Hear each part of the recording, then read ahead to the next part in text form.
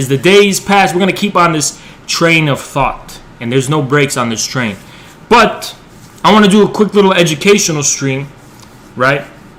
I want to do a quick little educational stream because all I see nowadays is that I'm seeing this phrase of capitalism and capital, and everybody's using these phrases, and I feel like it's about time we return to the basics. And I want to reintroduce you guys to Marxist capital.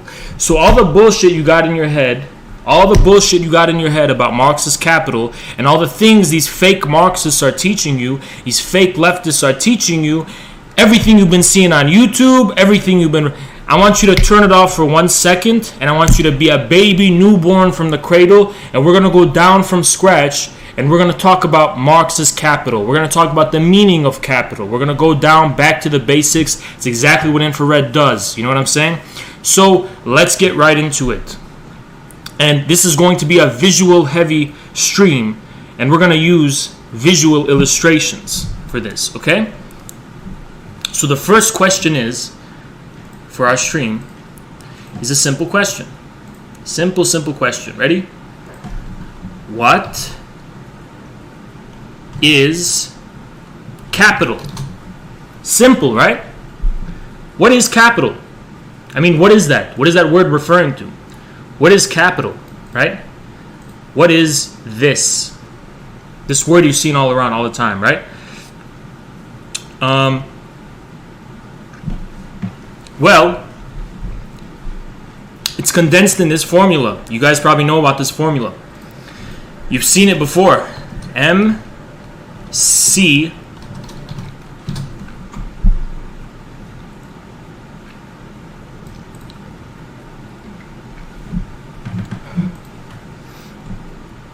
Listen, guys, it's as simple as this.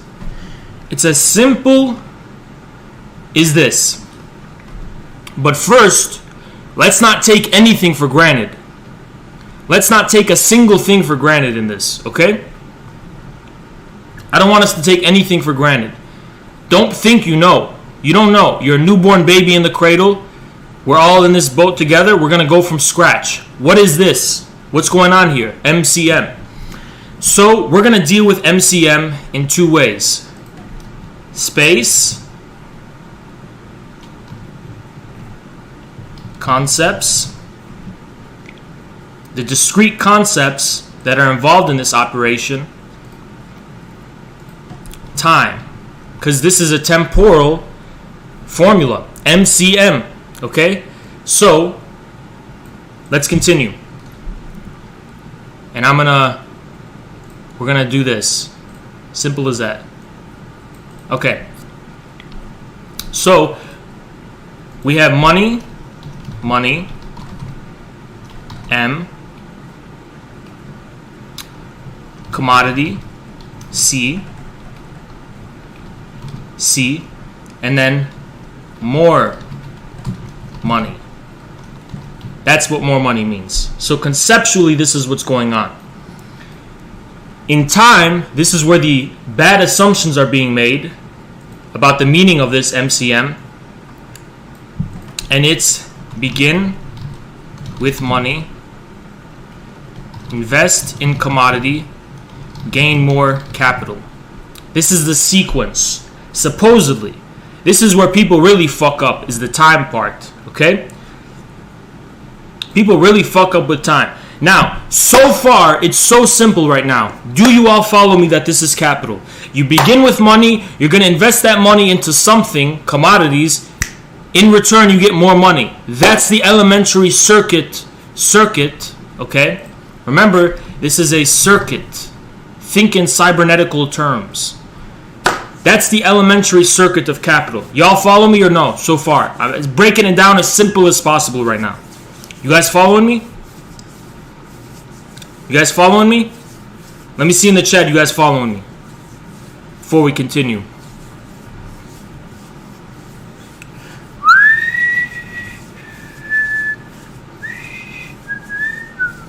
I don't see nothing in the chat. Is there a delay? Is there a delay going on? What's going on? Cricket. I'm hearing crickets. I'm hearing crickets chirping. What am I supposed to think? Okay, now here it is. Pouring in now. My bad. There's a delay. Yes. Define money as distinct from currency. Don't worry about it, Great Gaddafi's Ghost. Just think about money in your head. Don't worry about the whole thing. Y'all get it. Okay. What's up, Neat Feet? You guys get it. Okay. Great. Okay. Great. So, I'm going to delete all this. But, actually, no, I'm not going to delete it. I'm going to save this. Hold on. I don't want to dox our shit. So, I'm going to save this. Save as PNG. Clip this here. Capital. Okay. Saving that. And we can bring it up later and return to it. If need be, right? If need be. Flurper, I'm getting to that right now. The first element in this circuit of capital is something called money. Now, these dumbass Marxists who come talk shit about us and come talk down to us and talk shit to us, they think they know what this is, but I guarantee you they don't know what the fuck they're talking about. They don't even know what this is, money. Don't take anything for granted, guys. Think about everything critically. Think about everything deeply. This ain't nothing to fuck around with, guys. This ain't nothing to fuck around with. Okay? Money, let me tell you something about money. Money is a strange thing. It's existed for so long. And what is money related to? Money is related to religion. Yeah. You know that, guys? Did you know that? Money is related to religion. Religion. It's sacred. It's related to metaphysics. It's related to philosophy. It's related, you can even say, to cosmology. Money is very deep. Money goes deep, guys. There's a reason on the US dollar, and I'm not going into schizo territory, there's the all-seeing eye on the dollar bill. Why is that? I'm going to get to that. I'm not talking about Illuminati conspiracy posting. It's a really simple reason, okay? We're going to get to it. Okay, we're at money. Money's never something you should take for granted. Oh, we just have money, and money just lets you buy shit. That's from the perspective of a layman. But I want you guys to take a deeper perspective. I want you to take the perspective of a philosopher, a theologian, somebody who thinks, someone who has an expansive view of things. I don't want you to think of it from the terms of a layman. Because from a layman's perspective, yeah, money's the shit I go to the gas station and buy 7-Up from. Okay, money I go buy Mountain Dew with it. Nah. What is money, though, on this deeper level? When you think about it expansively, you understand? What is money? Okay, well, first things first, historically speaking, anyone in the chat want to correct me if I'm wrong? Go ahead, correct me if I'm wrong. Maybe there's some exceptions. But for the most part, okay, historically, money is denominated, is that the right word, denominated? Money is denominated legally by the polity. This is the first thing, okay? Actually, one of the things that define an empire or some kind of central authority or a polity historically, the easiest thing is monopoly over printing. Monopoly over printing coins, okay? In, I think it was the Roman Empire and many other countries, printing coins outside central authority is execution. It's nothing to fuck around with, okay? Another fun fact, in many polities and empires, such as the Roman, money printing was religious. They did it done near temples, okay? Not a lot of people know that, okay? How do we only have 23 viewers, by the way, guys? Like, I'm dropping so much. It's okay. The 23 that are here, you're at the vanguard. You're getting it before anyone else, okay? Don't worry about it. But, yeah. This is something a lot of people don't. When people think of money, what do they think? Oh, there's shit in my pocket. I'm going to go to the gas station, buy some Mountain Dew, and buy some cigarettes. No. We want to take a more expansive view of what money is, right? Think about it like this. Money is religious. Money is political. Money is metaphysical. Okay? Money equals fiat currency. That's way more complicated. We're not going to go there. Way more complicated. Okay? So, now that we've established that, let's think about a few things that we know about money. Okay?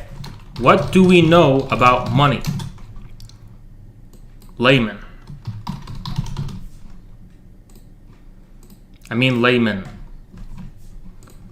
Okay? What do we know about money? Simple. We know that money can be exchanged for shit, for goods, right? Everyone knows that. What do we know about money? It can be exchanged for shit, you know? So much money equals so much of a quantity of goods, right? But I want you guys to think about something. Why is there money, and what does it mean that there is money? What does it mean that money exists? Now, most of you are going to say, what does it mean that money exists? Most of you are going to say something like, money exists a medium of exchange. We're not arriving at money yet, okay? We're not arriving at money yet. Because then why not bartering? Then why not only bartering? Direct exchange. What does it mean that there is something called money? Okay? Matt J, the debt thing is really interesting, but we're not going to even go there. We're going to go on such a simpler level before then. Why not only bartering, direct exchange? Well, what money bears witness to, more or less, let's put this dividing line here, is on the one hand, the sum of all goods and services on the one hand, and the abstract medium in which they are all represented. Okay. What is this line right here? This line right here is the reason there's money. Okay? There's a division. There's some kind of original division, some kind of split that allows us to divide or abstract from the sum of all goods and services into some kind of tangible medium we call money. Okay? But that bears witness to a division. If money isn't just exchange, but it's abstract, right? What abstract position does money presuppose in relationship to the whole of being? Okay, because let me represent it to you in another way. On the one hand, you've got this cliff right here, and you've got someone like Neon standing on the cliff, just like anyone else. I'm not picking on Neon. It could be anyone. They're looking on the cliff, and somehow they're elevated above all goods and services, all things that can be exchanged in general. Okay? This is like a pit, right? Over on this pit, you've got all this shit, and then money puts you right here. Money puts you in this vantage point, okay? Money gives you this bird's eye view, in a sense, where you're above it all, right? You guys follow me or no so far? You're above all of it. Because money abstractly represents all of it. Does this make sense or so far or no? Let me know where you guys are at. There's a delay, so remember, that's why I'm waiting. See what you guys think. Whoever said supply and demand, stop trolling. You understand? This is your God. That's deep. You guys understand? I'm waiting for you guys, because we can continue on this or we could move on, right? But I want you guys to understand this. You guys follow? You follow. Yes. Okay. Few people said they're following.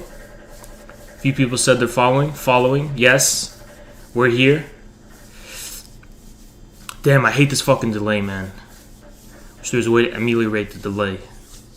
We're good. Okay, I think we're good. There's no objections so far. Okay, good. Great. Great. I want to talk briefly about exchange. Okay. Exchange. I just made this cliff. Keep that in your head. Keep that in your head. This cliff I just showed you. Keep it in your head. Imprint it in your mind. Remember it. Let's talk about exchange. What is exchange? What is exchange? And why? If people can understand this, they're going to stop committing the stupidity of misunderstanding what private property and capitalism is. People think private property and capitalism is a system someone implemented before the fact, and that someone said we should all have private property, and were it not for someone saying that and issuing that by decree, we would already live in communism.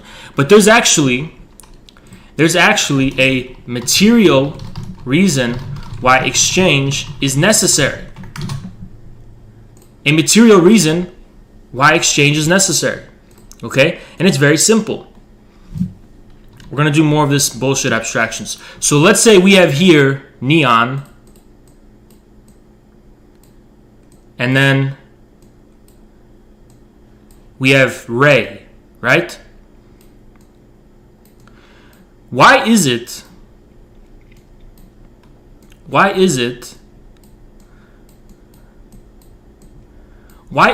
that they must enter into relationship toward one another, right? Through some kind of exchange, first and foremost. Forget about money first, through some kind of exchange, okay?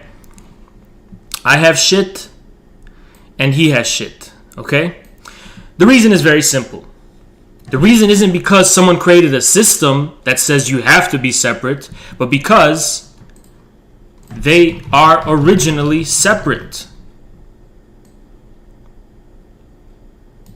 Because keep this in your mind if you have to remember anything. Social relations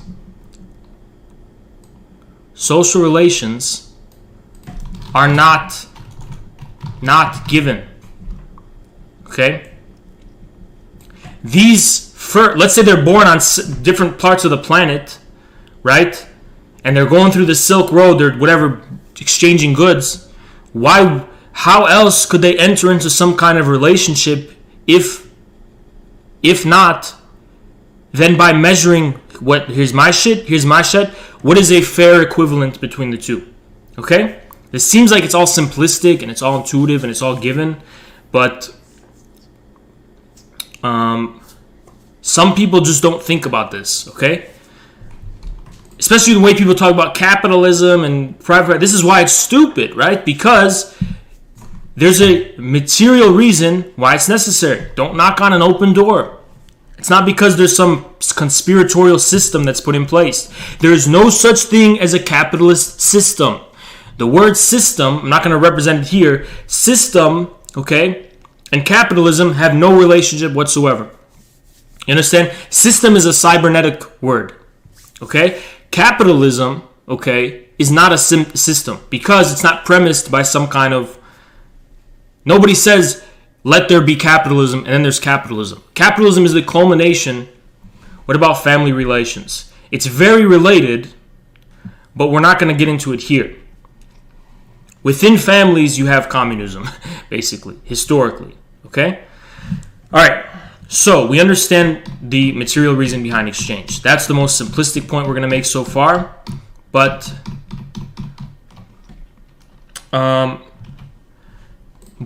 it's leading off to this. But how are prices determined? Neat. Can you chill? We're going back to the basics. Pretend you're in kindergarten right now. Because a lot of Marxists need to. Okay, exchange. Why is there money? Well, here's what money means. So we're going to come back to neon here.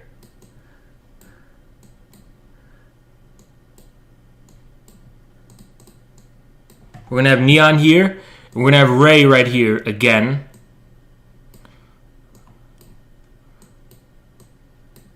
And we're going to give him a tail because he's like a furry weirdo. Probably. This is Ray. This is neon. Okay?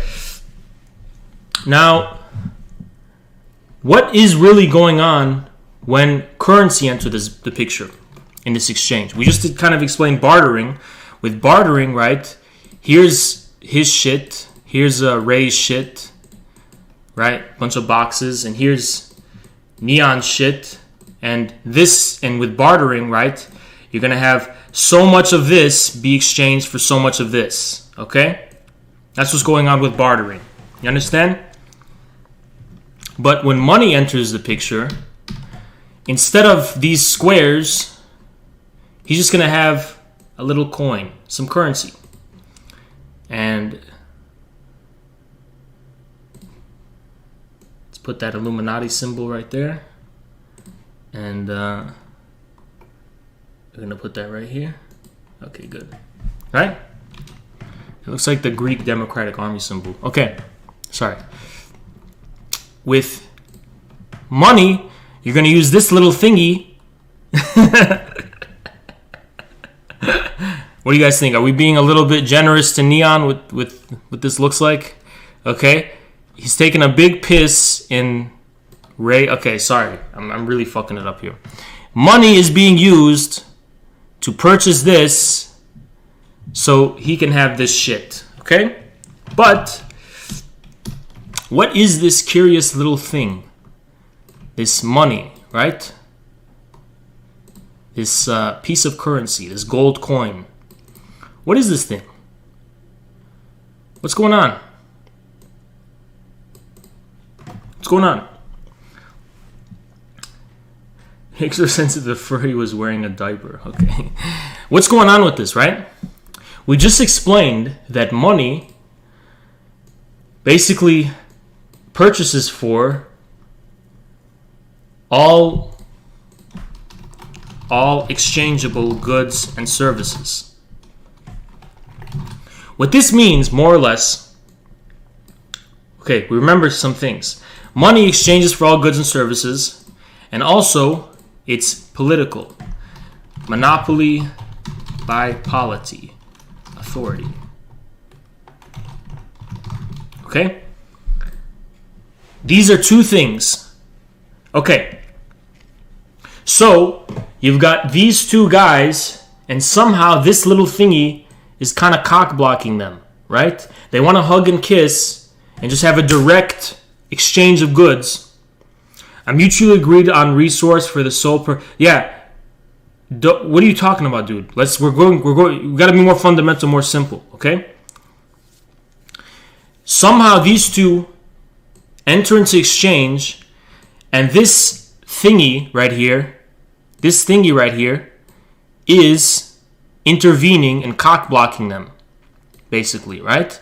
They have to make a count with this abstraction in order to enter into some kind of social relation.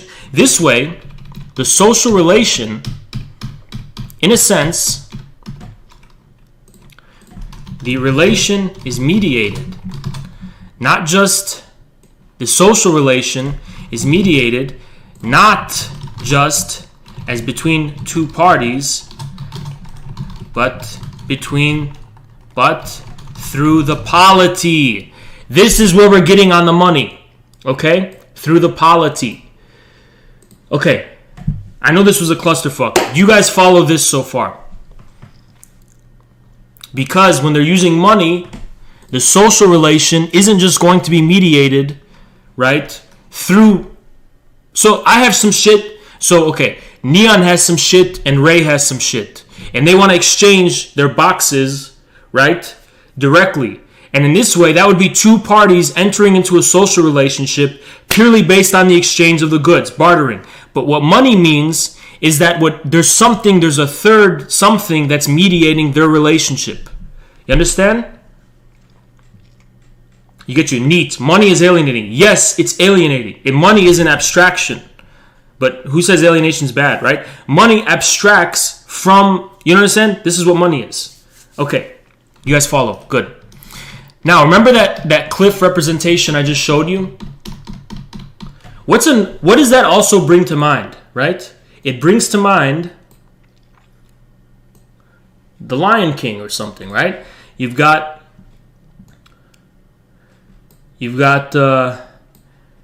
this king over here, right? Sitting on his cliff. And then you've got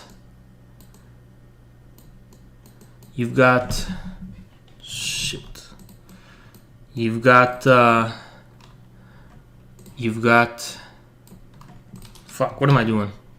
Select. You've got these little guys. Control C. You just got a bunch of fucking people, right? Got a bunch of people. Not only do you have a bunch of people,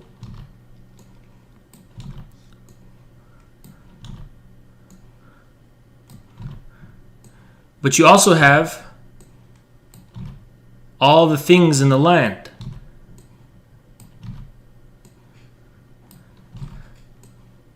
You've got all the people. Sorry, this is such a dragged on point. You guys get it. You got all the people, and then you got all the goods and services and all this shit, right? Simple, right? Forget about hierarchy, okay? It would be easier to understand if you didn't mix neon too much into this. Okay, fine. I'm just need an example of an individual.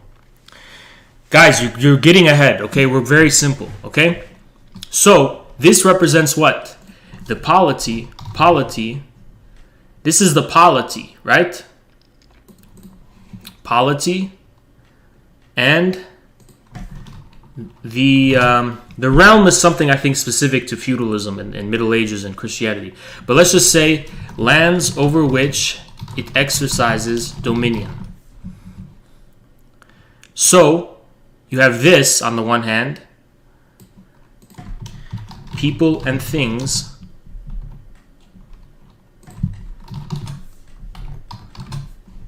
over which it exercises dominion. But there's a one-to-one relationship between this, right here, and currency, money. Okay, so we're gonna just simple as this. All goods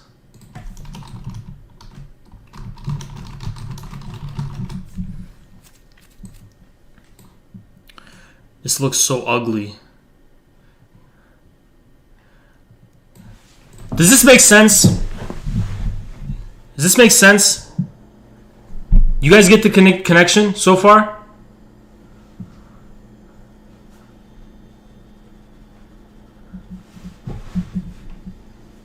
Tell me if this makes sense. You get the connection so far.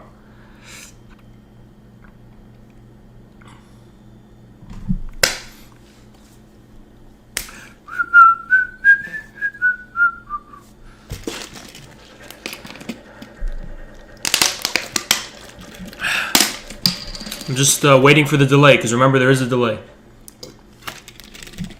You guys get it. Okay. So 2 people, 3 people get it. Is everybody else following me or what? You guys get it? Neat. Yes, continue. Okay. Neat says continue. We're going to continue. Okay. Great. So, never be frugal with an abstraction is the lesson here. Why is that? Now, in our head... Okay. In our head, in layman's head, Rendondonian, just explain, I'll simplify it. in layman's head, our head,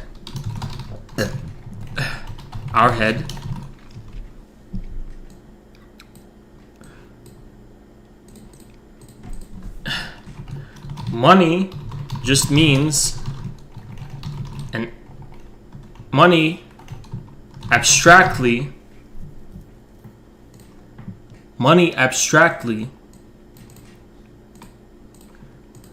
exchanges for all commodities. All commodities in our head. Okay? But this is something unique, but this is something unique to modernity and to capitalism. Why is that? So we're going to put this right here. For all commodities. But this is something unique to modernity and to capitalism. What am I getting onto here? Guys, it's okay. I'm glad he's being... I'd prefer someone be honest. There's nothing wrong if you can't follow. Okay? Why is this unique to modernity and to capitalism? Because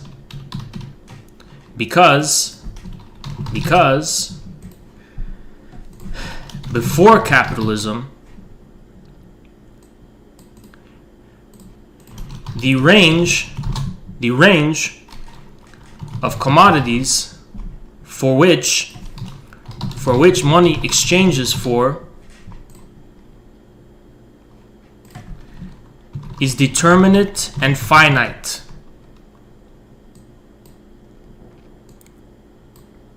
Determinate and finite. What is meant by that?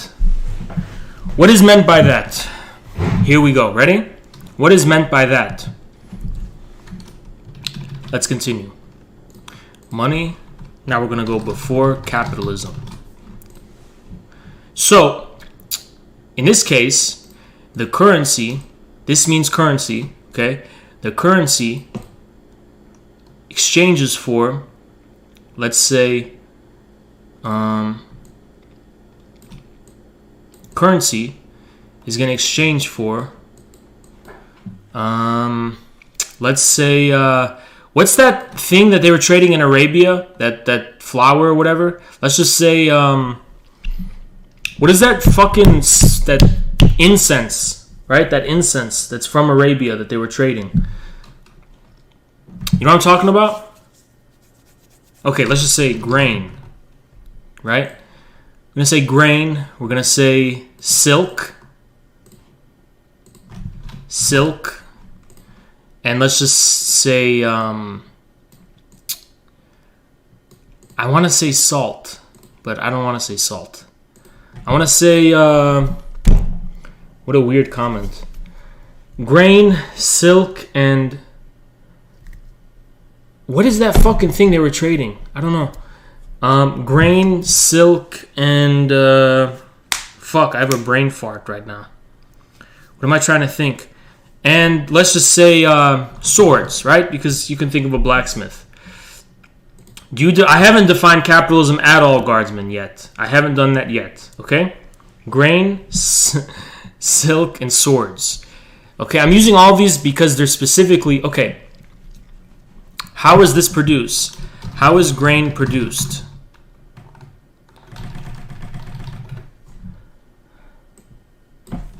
How are these goods produced? How are these goods produced? Tradition. Tradition. Understand? Tradition. Money may exchange for all of these commodities, but all of these commodities are indexes of tradition. Okay?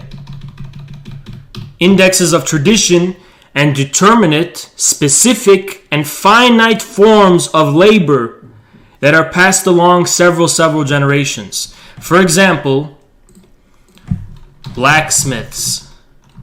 They have a fine art. They pass it to their son, and their son's son, and their son's son's son. And sooner or later, an entire village, region, or even polity can be known for its sword crafting, right? Same thing goes for everything else, right? You guys get that or no?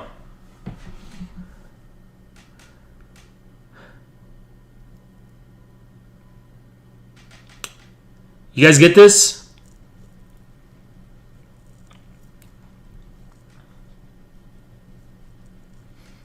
So, money is determinate. Money doesn't just exchange. Money does not exchange for all goods and services rendered abstractly.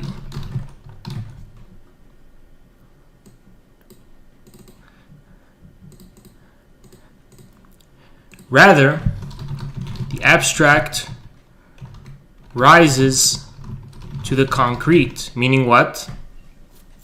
Meaning what? The abstract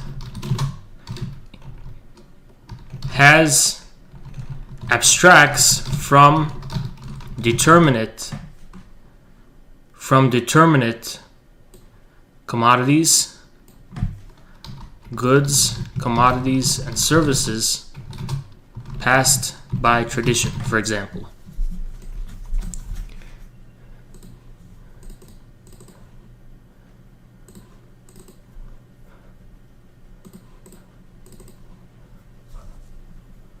Which means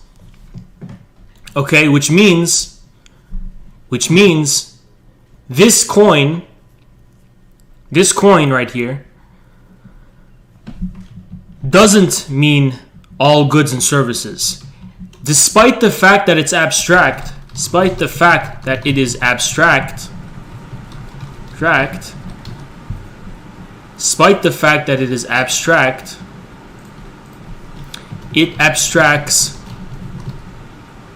it is abstractly concrete, or it is concretely abstract. It is concretely abstract. When you think of the king, the polity and money does not refer to power in the abstract, but power over definite land, people, things, and services. Tell me if this makes sense. This is a little hard to understand. This is a little difficult to understand. I'll grant that this is a little difficult to understand. Tell me if you guys follow.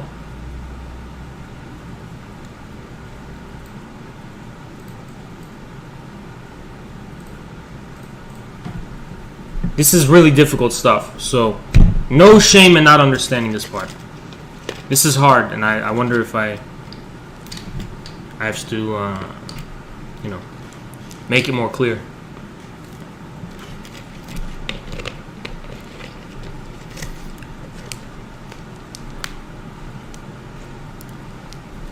This entire lesson requires reading. No, it doesn't, dude. I've simplified it so much. But I need your guys' feedback. Tell me what you're not getting or what you're getting. You're lost now. Okay, that's fine. Well, you guys are saying you follow. Okay. I'm going to just recap.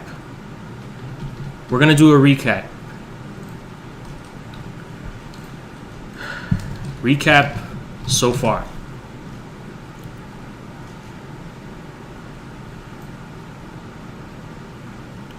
Money doesn't have value, but we give it value. Guardsmen, you're way too much overthinking it, okay? Just think about what money is as it's used. Don't think about it more deeply.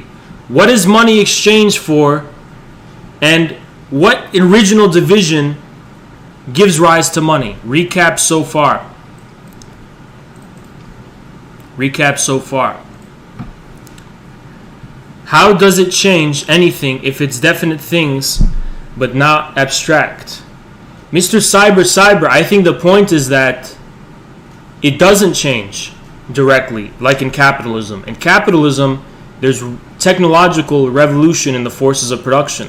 In pre-capitalism, that's why technological change is so stagnant and slow. It's because, what I said before, the craft is passed along by tradition. The abstraction is static. Despite the medium currency, the art history can be tied to the same abstraction. The abstraction, not quite static, but determinate. Just rewind and rewatch what he just said. Okay, well, I'm going to do a little quick recap. Okay, recap. In bartering, okay. Exchange exists because social relations are determinate and not given. You guys understand this, right? Exchange exists because the social relations are determinate and not given. Okay? The simplest type of exchange is neon selling grain to, what's that guy's name? Ray, in return for some pelts. Okay? This is bartering.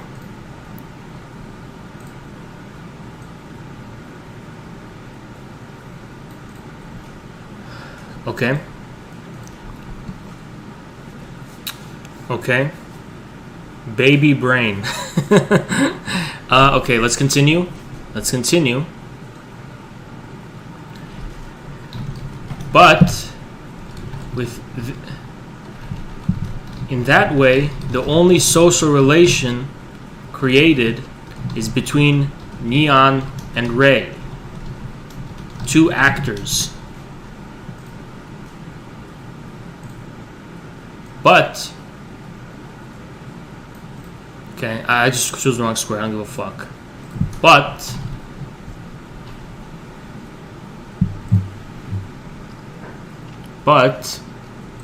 now my fucking camera's in the way, I can't even see my screen. But, this supposes we are just atomized individuals. In reality, we are already in some kind of social relation. Proof of this, okay?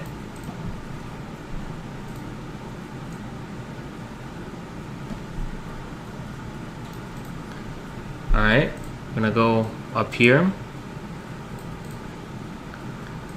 This is the recap. I'm laying it all down for you guys.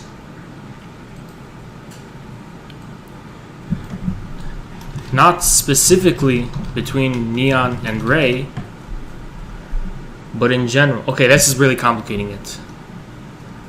Proof of this is money. Is money. Is money. Is money. Because with money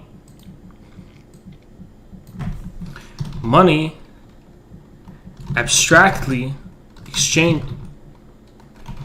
exchanges for all goods and services. Money abstracts from this and exchanges for all goods and services. Okay? And in this way,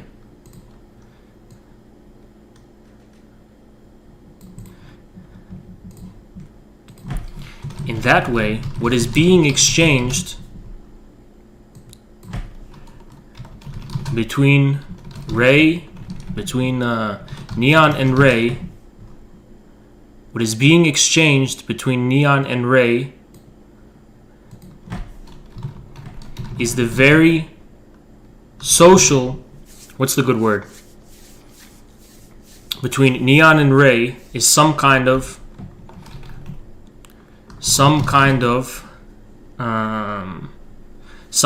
abstraction regards to the goods. Okay? So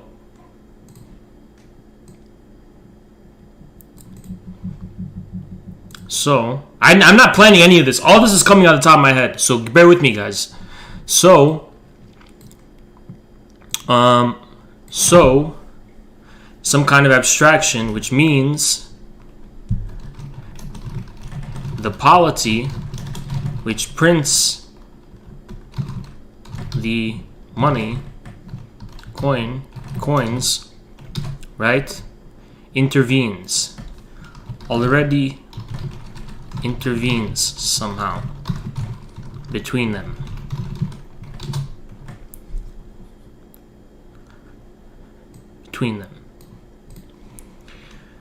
Okay, makes sense?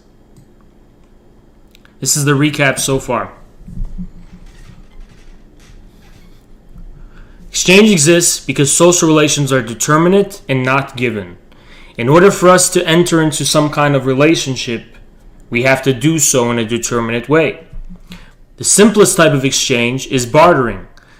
But from the narrow perspective of bartering, the whole social relation is only created by two individuals entering into intercourse by means of exchange. But this is not true, because we're not atomized individuals. We belong to some bigger whole, some bigger collective. And these collectives enter into determinate relations, different polities, right? I don't want to complicate it too much. The proof of that is money, right? With money, instead of just two individuals exchanging goods,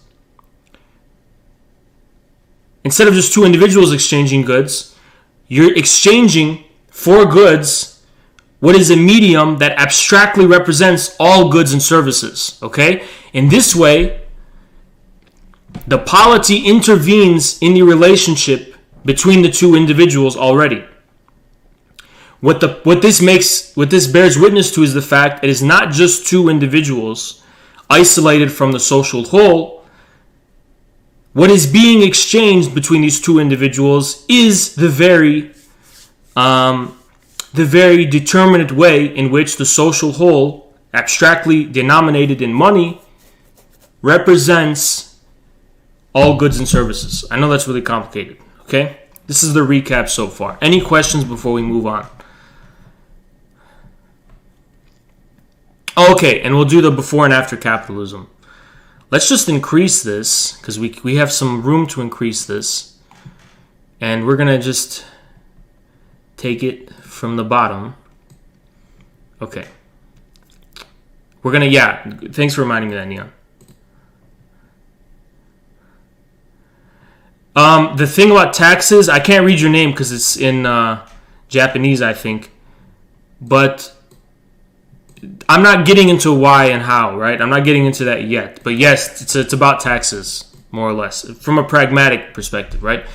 But I don't want to complicate it more, you know? I just want to make this as simple as possible. But don't be fooled by your intuition. Don't be fooled by your intuition, because, as Nietzsche pointed out, money may be abstract from all goods and services, but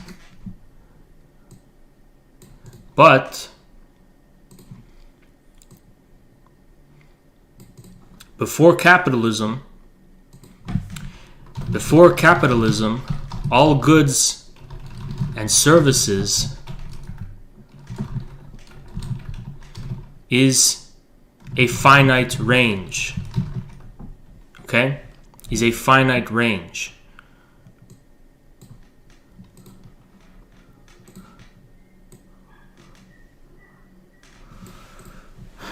You don't see it? Oh, fuck, because I'm in the way. You're right. Let me just get the fuck out of here. Here you go. See this? Okay, you don't need to see my whole head. I'll just be right here. Okay? The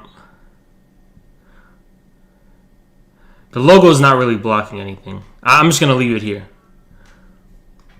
Okay? On this last point about all goods and services is a finite range, this is also true politically. In modern societies, the state has abstract power. In the pre-modern society, a polity does not have universally abstract power.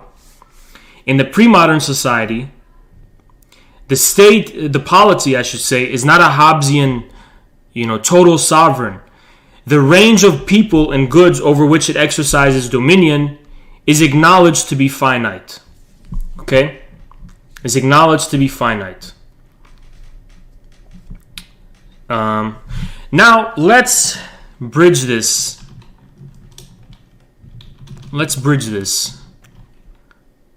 What am I fucking doing? Let's bridge this to something else. Okay, let's ask a simple question. I want to ask you guys a question. Pick your brains. But we're going to move on this. We're going to transition this way. Okay?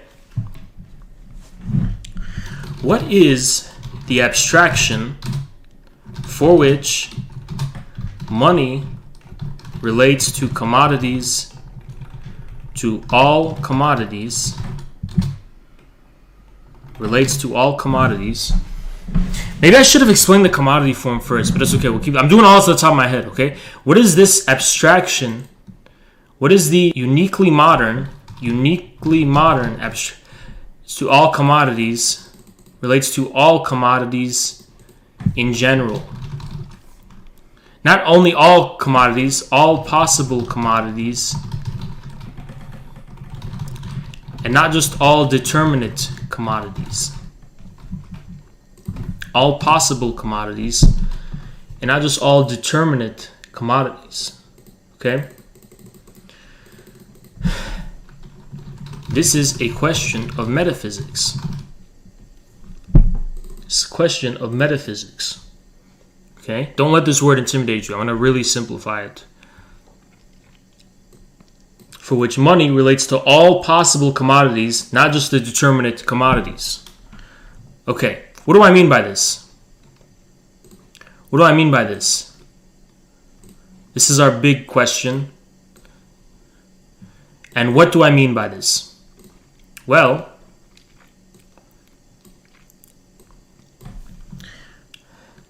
remember that pyramid I just showed you. No, fuck. I'm not going to write this. I'm just going to show it to you. Do you guys remember how I brought up the Illuminati pyramid on the dollar? And I said there's a reason for this? Remember that? Why is this on the dollar? It's true for all money in general. But why is this on the dollar? The all-seeing eye. Why is this on the dollar? Because the all-seeing eye, what is it seeing? Money is an all-seeing eye. Money is an all-seeing eye which sees all goods, services for which it exchanges. That's why.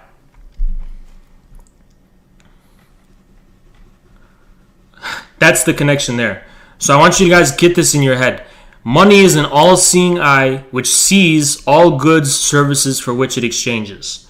Okay? That's why there's this eye on the eye. That's my take on it, at least. That's how I think about it, at least. Okay?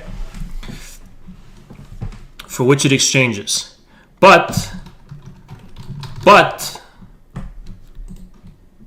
okay? But,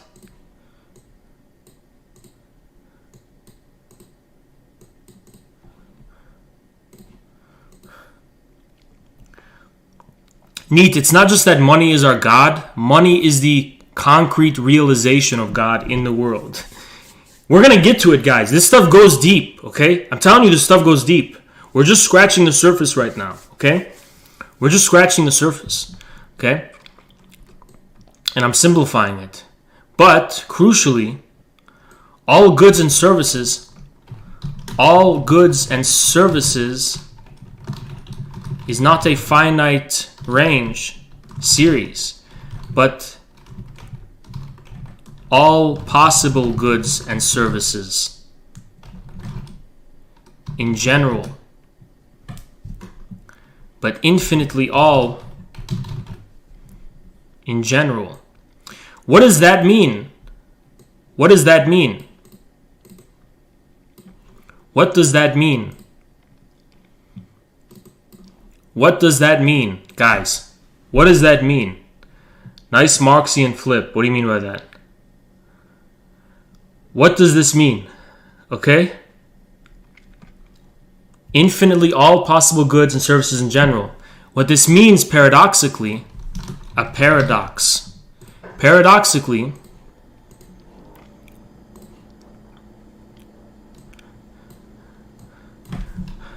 money is an all-seeing eye, but also absolutely blind to specific and determinate to specific commodities. It sees all, and it is also blind to all. What does that remind you of? What does that remind you of? Does that remind you of anything? Does this remind you of anything, guys? I want to see if anyone gets this. Tell me if this reminds you of anything. I'm going to show it to you right now.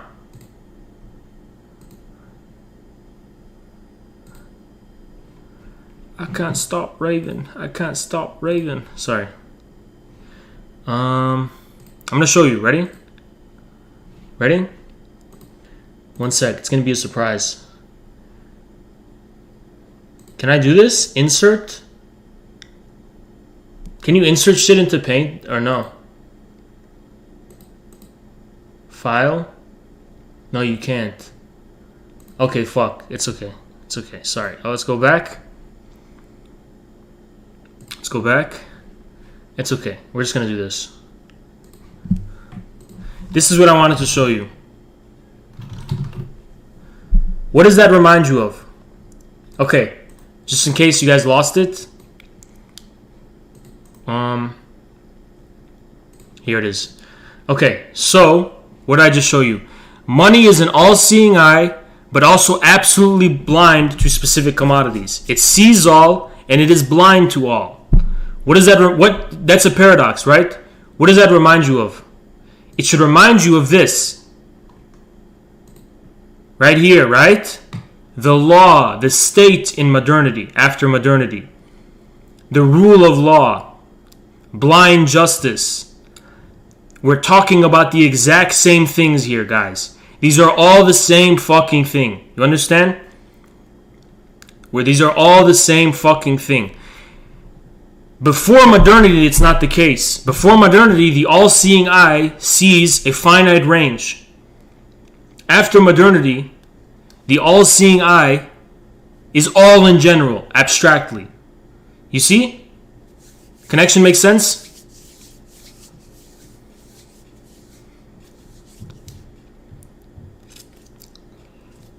Good. You guys are getting it.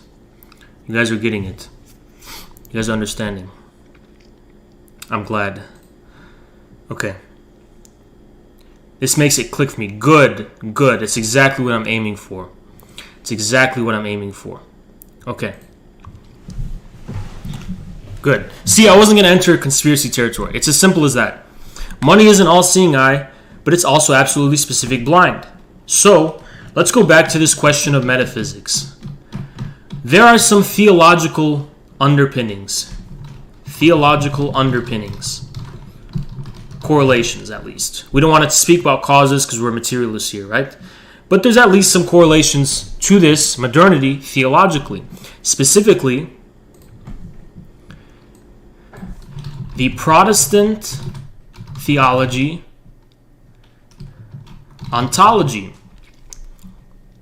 What are some things you guys know about Protestant theology and ontology? What are some things you guys know? Well, theologically, what is the nature of God in Protestantism? And speaking on ontology, what is the nature of being in Protestantism, right? In Protestantism, God is blind. God is blind.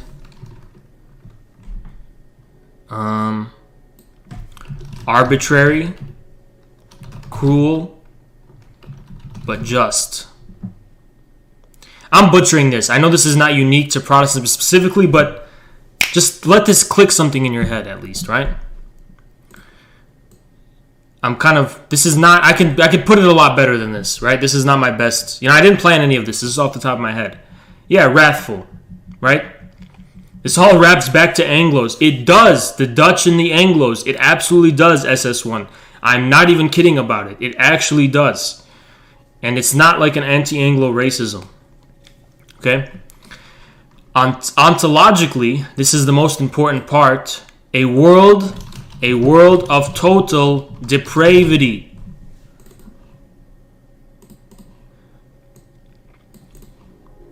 You guys know what this means? A world of total depravity? It means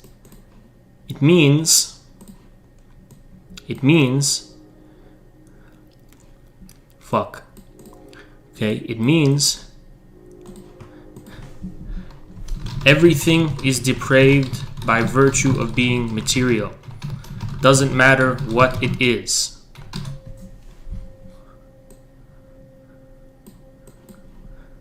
You guys see? See the connection? These are precedents to the abstraction that gives rise to modernity, what we call modern abstractionism. Modernity. Have you heard of modern art, guys? What defines modern art? Do you guys know what defines modern art? Abstraction. You understand?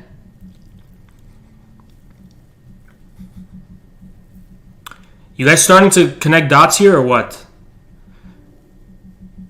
And then this is not even the esoteric part, Great Gaddafi. The esoteric part is when I trace it to Gnosticism and I show how Gnosticism gives rise to both Protestantism and Renaissance humanism and the Medici banking family and what they were doing with France and how these different... It's fucking crazy. It's fucking crazy when you wrap all of this together. But I'm not going to even go there. But this is not the esoteric part, Great Gaddafi. These are just connections I want you guys to make in your head. Abstraction for its own sake. SS1, baby, I'm pinning your comment. That's what we're dealing with here. That's what we're dealing with here. He just said it. The guy just said it. He just said it. He just said it. The ontologization of abstraction. Negation.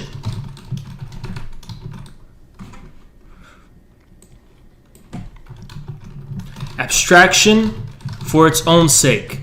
Negation for its own sake. You guys get it? Modern art is not the imitation, right? Rather the imitation of abstraction. This is the point, guys. Because abstraction is nothing new. Abstraction in nothing new. All societies have abstraction. This is what is unique. Right here. This is what is unique. In a sense, abstraction and negation becomes ontologized as its own type of God. In a sense. It becomes worshipped. Abstraction and negation itself, in general, in the abstract, period. That's how you think about modernity. And you can tie it back to Protestant theology, you can tie it back to Gnosticism. But I don't want to get into Gnosticism because it's too five-head, right? We're just gonna... No, don't worry about postmodernism, okay? It's a term that's thrown around. Most of the time when people are talking about postmodernism is bullshit, okay? But this is what's unique to modernity right here. The ontologization of abstraction and negation for its own sake. See that? For its own sake. Now that's a funny thing. That's a funny thing. That's a funny thing. That's a funny thing. Why is that a funny thing, guys? Tell me why that's a funny thing. Wait, I kind of see how this ties into Gnosticism. Good. I hope you guys, whoever can already see it, good for you. But I'm not going to get into it, is all I'm trying to say. How many levels of philosophy are you on? You seem like a little kid. I don't know what you're saying. Modernity is post-modernity at this point. Don't worry about these terms. But what I just said is a funny thing. Abstraction for its own sake and negation for its own sake. That's a funny thing. Because how can abstraction or negation itself be real? Somehow real. How can abstraction or negation itself somehow be real? Devoid of any content, determinate content itself be real.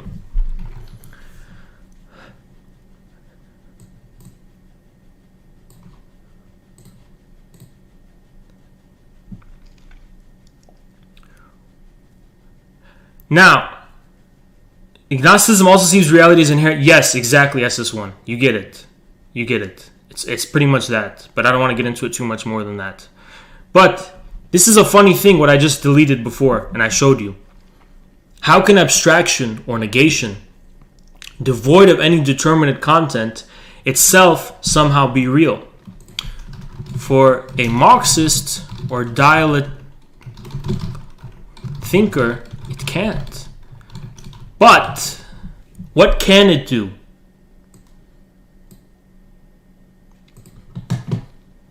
What can it do? This metaphysical position, this posture, what can it do? What can it do, guys? This blindness I'm talking about to reality, this utter, complete blindness. What can it do?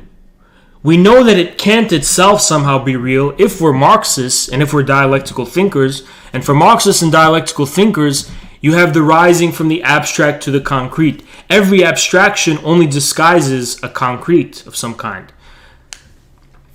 So this metaphysical posture, we would say, is wrong. But even if it's wrong, in practical terms, what did it do historically? What can it do?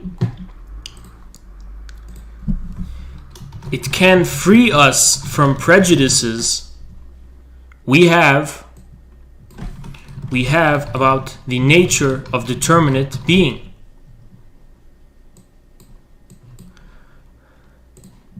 You want to know what's also tied to this, guys? Because everything ties together if you're a dialectic thinker. Modern science. What is modern science if not this same blindness? According to modern science, nature is the world of Protestant total depravity. It is utterly and completely indifferent and blind to us humans. And the main thing that we have to do scientifically is excise from the investigation into nature our human biases and prejudices, right? These are all the same thing. When I said I reject modern science, guys, I wasn't doing it from the chakra perspective. I'm literally doing it from the dialectic perspective. This is why. Because for dialectics, this can't be real. But for modern science, only abstraction or negation is actually real. I'm simplifying shit. I know a lot of butthurt scientists are going, no, but understand why I'm saying what I'm saying, okay? And I'm trying to simplify this. Okay? Even though it can't be real, it can free us from prejudices we have about the nature of determinate being. And now I want to ask you guys this question. What are examples of this prejudice? What are examples of this prejudice? Well, we just talked about pre-capitalist societies and why they are technologically stagnant. Aren't those examples of a prejudice? They're examples of prejudices about the nature of determinate being as eternal, unchanging, and fixed. You guys follow me here so far or what? Tell me if you guys follow.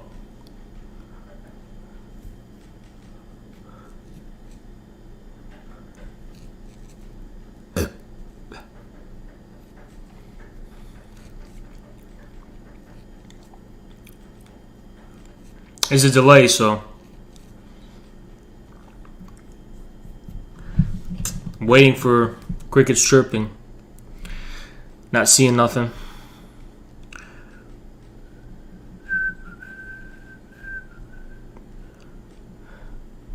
Follow. You get it, very rude. You get it. 2 people saying they follow. No one else gets it. You get it, neat. Anyone else? 3 people get it so far. You guys, there's a professor I used to have. I actually like this professor, but he'd always be like, "Do you guys follow? Or am I speaking in vain? Am I speaking in vain or what?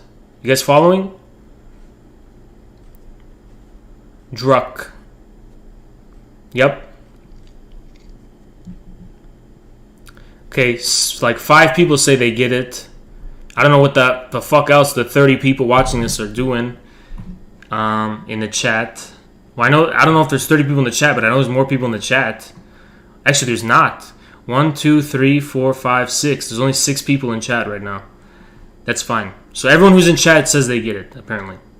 Okay, we can move on. Okay. All right. Let's move on. Now we can understand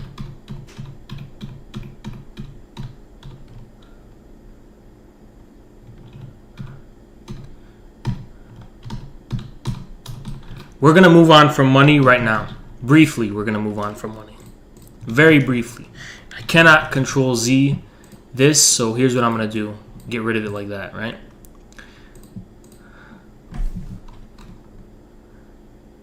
What do you mean by prejudices? Good. Okay, good. Okay, what do I mean by prejudices? Should I bring the money back? Okay, what I mean by prejudices, neat, is I basically mean the determinate universality, this is a loaded phrase, term, before modernity that privileged one type of supreme ontology or relationship to being, one metaphysical posture, if you will, which is why before capitalism there was no change, basically. Well, there was change, but there was no modern change. What's up, Hero? How you doing? Hero come from Turkey. What's up, man?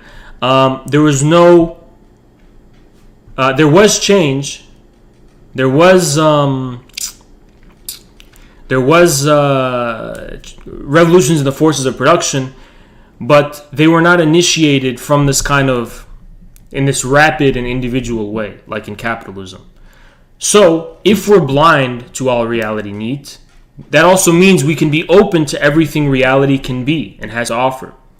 If we're blind to reality, and we don't have prejudices in relationship to reality, then we can be open to all the different kinds of possibilities in relationship to reality. Think of the epistemology of modern science. According to modern science, if we don't have biases, and if we let go of our prejudices, then we can discover the true nature of nature or being, right? If we have those prejudices, then they're going to distort and obfuscate our ability to relate to nature or being, right? Isn't that the point of modern science? So similar to modern science, and we're all talking about the same thing here. When you're talking about modern science, modern law, modern capitalism, it's all the same thing ultimately, okay? It's all the same thing. Isn't that how liberals view culture too? Liberals view culture in the same way. According to liberals, we are biased in our culture, okay? Because our cultural biases blinds us from discovering the new malleable cultural whatever realities that we can establish and create. And to do this requires us to be unbiased, modern liberal subjects who are abstracted from our communities and families and all this kind of stuff. You get it? So this is elementary modernity. Okay, now we're going to move on to the commodity. Commodity. I'm going to do this very briefly. This is going to be nowhere near as long, and I'm only doing this so we can return to money, the other money part. This one's going to be really quick. Commodity. Now, it's a simple question. What is a commodity? It's simple. What is a commodity, guys? Commodity is a very simple thing. Actually, very simple. Well, it's so good night. See you later, Mr. Cyber. Shout out Mr. Cyber. He's coming from Russia. So it's late, I guess. See you later, man. Appreciate you being here. Okay. What is a commodity? It's very simple, okay? Why do I represent commodities as boxes? Why do I do that? Something to exchange? Nope, not quite. A good? Yes, but let's be more specific. What is a commodity? A commodity is a form. It is a form. A form. You see? Commodity is a form. No, more simply, it's a form. More simply. Let's be more simple about it. It's a form. Okay? What is it that turns some type of content, grain, into a form?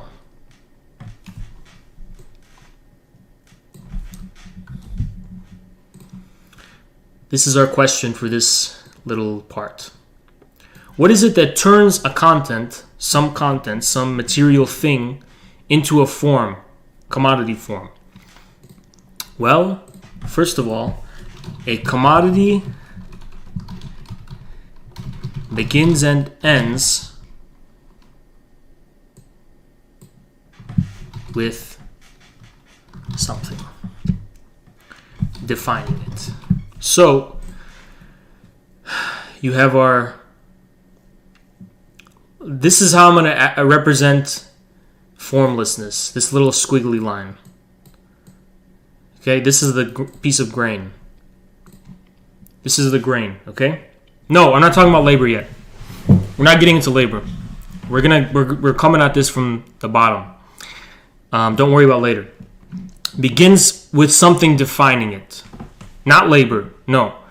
Maybe in actual reality, it's what defines it, like in material reality, but I'm talking about in terms of, insofar as it's a commodity. And for it to be a commodity, it has to be recognized superficially. My mind took a tangent thinking of Protestant sola fide silla subscriptia in relation to this, where justification is adherence to a standard of belief, not through individual acts. Exactly, Bearer. Why? Why is that though, Bearer? Because through our individual acts, we're already sinful in this world of total depravity.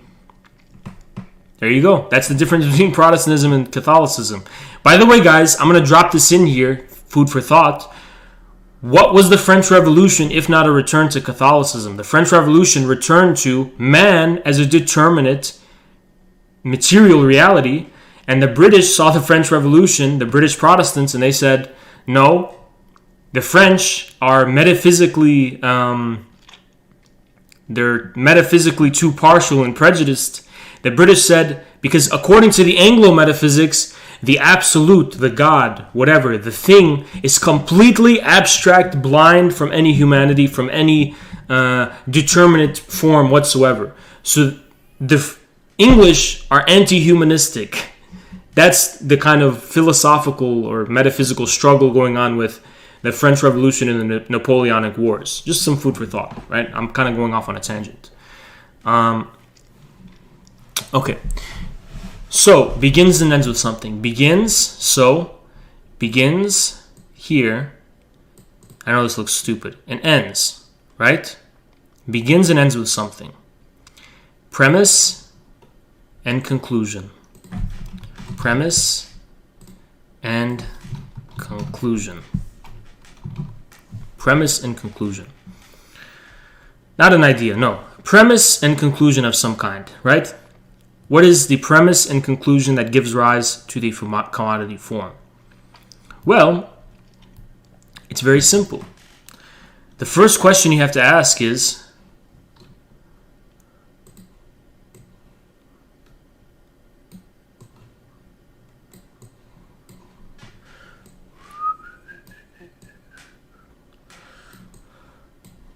first question, maybe the only question you got to ask, is how is the commodity form measured? How is this form measured? How is this form measured?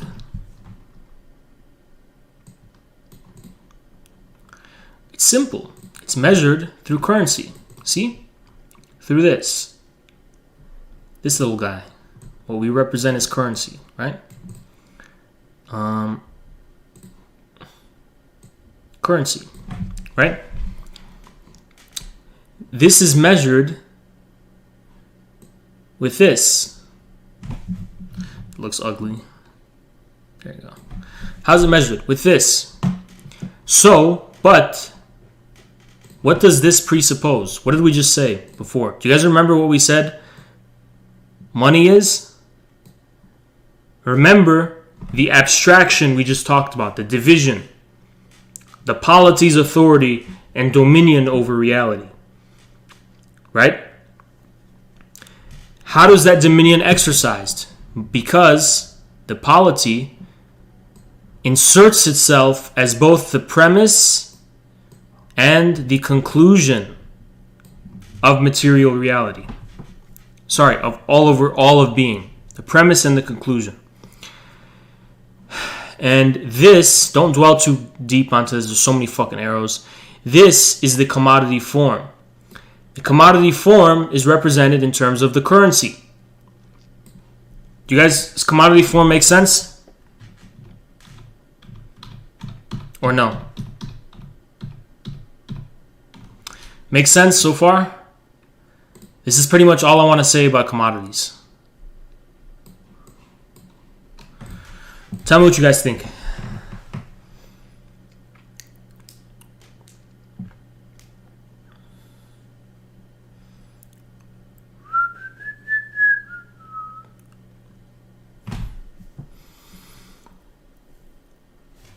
Make sense?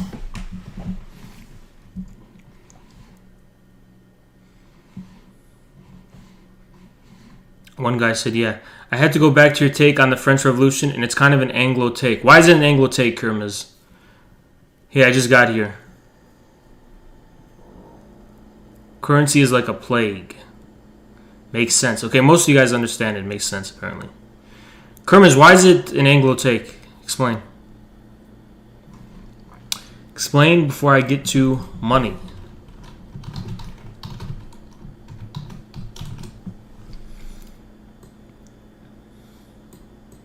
This is our next thing we gotta do.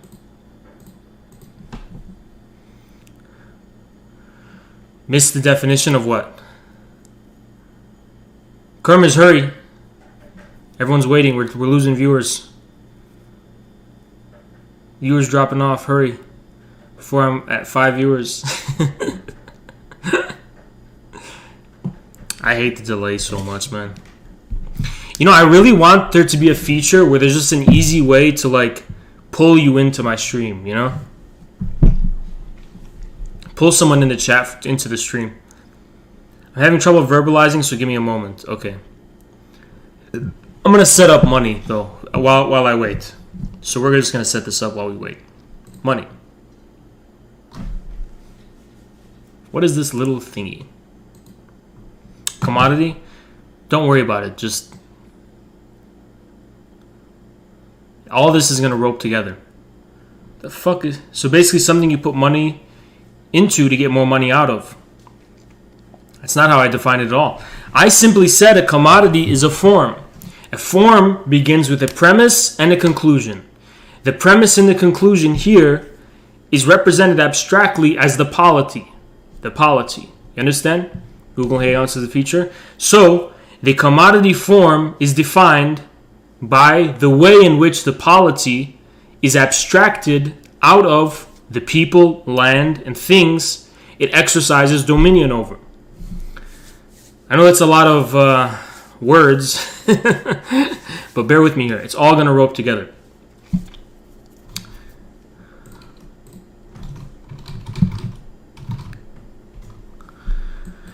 Here we go. What the fuck is this thing? This is our little question right here. What the fuck is this thing? Okay.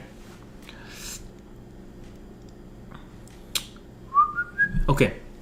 I'm just gonna wait for Kerm. I'm gonna just go. You know, Kermers, when you type it, I'll get back to you. When I see it in the chat, I'll just stop what I'm doing. I'm gonna go back. Okay. What the fuck is this little thing right here? Right here. This third part of MCM. Remember, guys, what we're working with. We're working with MCM. Let me pull up MCM. Let me pull up MCM. Where is it? Where the fuck is it? Where the fuck is it, man? Can't believe I lost it. Here it is, right here. This is our original image we're working with. And do I have a way to capturing the image? Photos. Let me just open this in.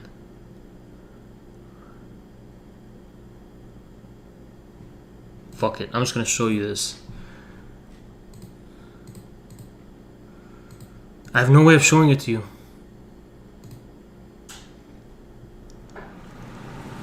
Okay. That's okay. We'll save it for later. I'll open it later. Okay? This is like Heidegger for dummies. Kind of. Oh, I actually got all of that. Okay. Can't look at this right now. Okay, I can't pull up the picture, but we're gonna... What is capital, right? MCM. This is the third component. We covered the first two. This is the third. A big part of the French Revolution was about rejecting that anyone is better than anyone else from the birthright or being chosen by God. Right. But also, Kirmiz, it was also about recognition of man as an actual reality. Now, this man might be abstract man, universal man, but before the French Revolution, there was no man. There was just a world of Protestant total depravity. That's where I'm coming from. Okay? Sorry. What is this little fucking thingy? What is this? We just talked about commodities. Sorry, we just talked about money and we just talked about commodity, right? It's all related, by the way. What is this little thingy? Well, it's more money. Simple, right? It's more money. It's more money. More money. Now, here's the toughest part for me, because I'm doing this all at the top of my head, and we got to rope this all together back with the original thing. So the first thing we're going to think is, okay, right? Okay. Yeah, I know it's a prime symbol, okay? Okay. More money means money taken from somewhere else. True, though, isn't it? True. At least we think so, according to our common sense. Money taken from somewhere else. Which means we're going to go back to Neon and Ray. Our friends Neon and Ray. So, we have the capitalists now.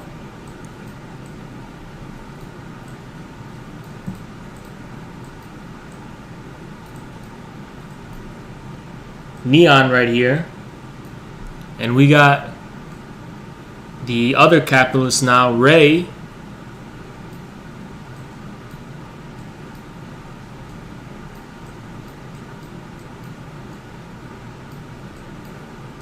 We got Ray right here.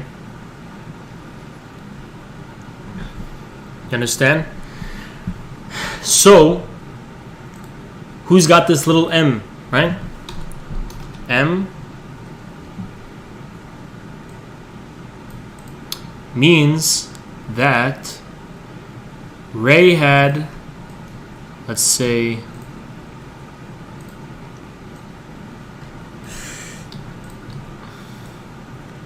$3. Okay, Ray had $4.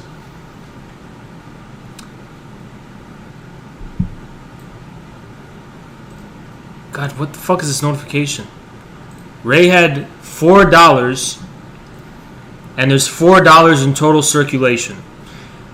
Remember, guys, at any given moment, the amount of currency, what we just talked about as money, is finite. That is in circulation.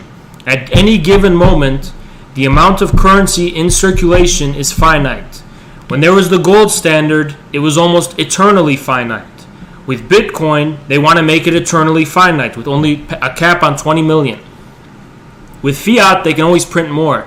But if you freeze time and stop time at any given moment, there's always a finite amount of currency in circulation. We all know that, right? Okay. So if this little thingy means more money, what that means is that neon right here, as you can see, neon, I'm just going to put this right here. Neon had, let's say the total amount of money in circulation is 5. Okay, let me just do this. Make a little quick representation. Salt bucks, because these are the two saltiest people we have on our channel. These are salt bucks. Only 5 exist. Remember, the amount of money in circulation is always finite, okay? Only 5 in circulation. So, here's what happens. Neon right here, and Ray right here, right? Neon invests his little money into something. More or less, this is how it's going to work. This is how it works, right? He invests his money into something in order to get more money. But that money has to come from somewhere if the amount of money in circulation is finite. And it's going to come from Ray, for example, right? This is the commodity. That's what happens, right? This is the MCM. Make sense? MCM. So, he invested his little salt buck into a commodity, and in return, Ray gave him, or someone gave him somehow, remember the amount of money is finite, so someone's a loser here. He's getting Ray's salt buck. Now he has 2 and Ray has 3. So the proportion changed. Proportion changed.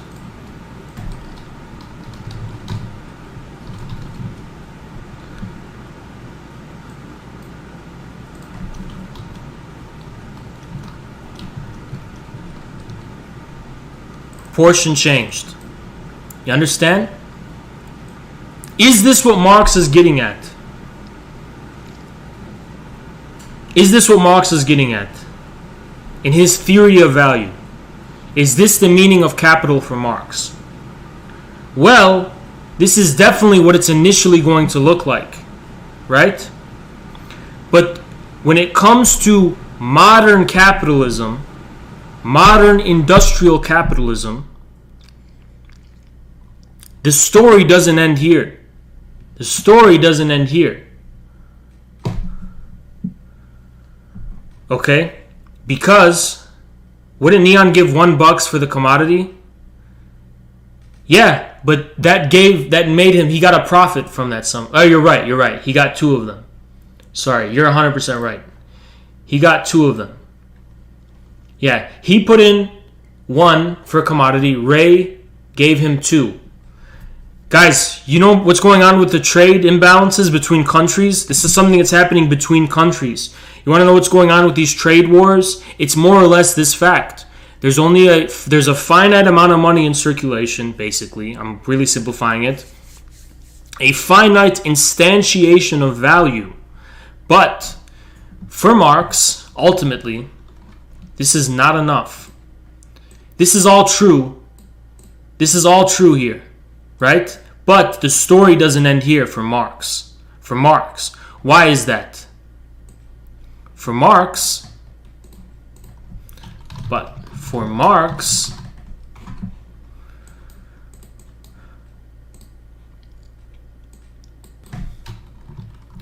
the is surplus value. No, it's not technically the same as surplus value, is a proxy for surplus value. Okay? Surplus value. But how can there be a surplus? How can there be a surplus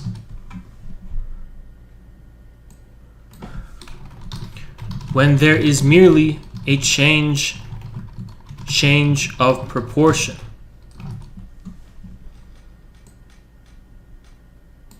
Change in proportion, sorry. Right, guys? Isn't this an interesting question?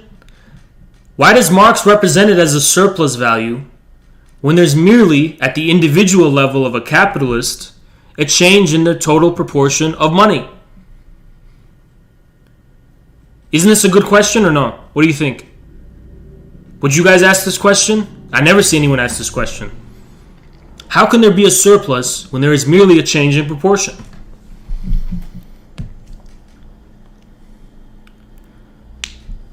Well, here's the reason why this thinking is flawed. Here's the reason why this question misunderstands Marx.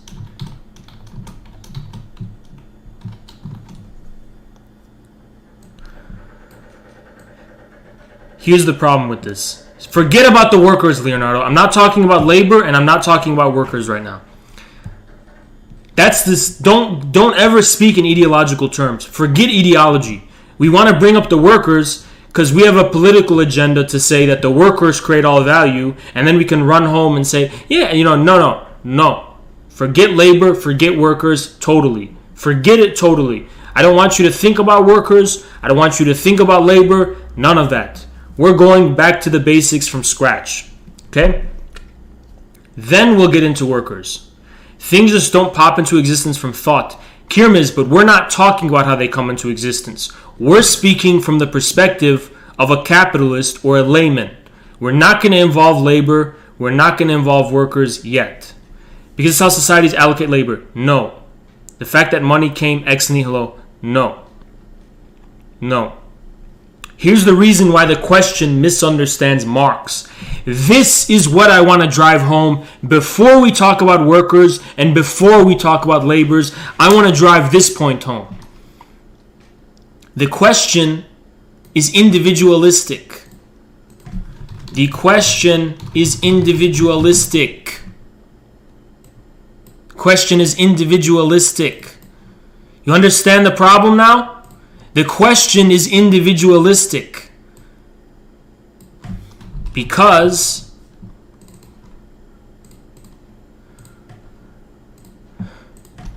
for Marx, ultimately,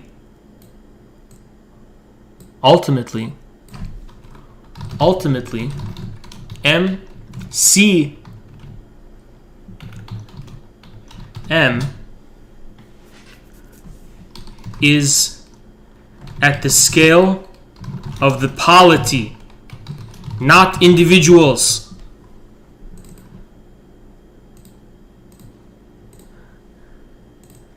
What is the implication of this?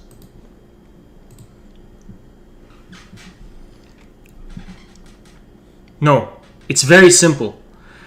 We just established that at the individual level, what's going on with MCM is that Neon put his salt bucks into a commodity In turn, selling that commodity yielded him two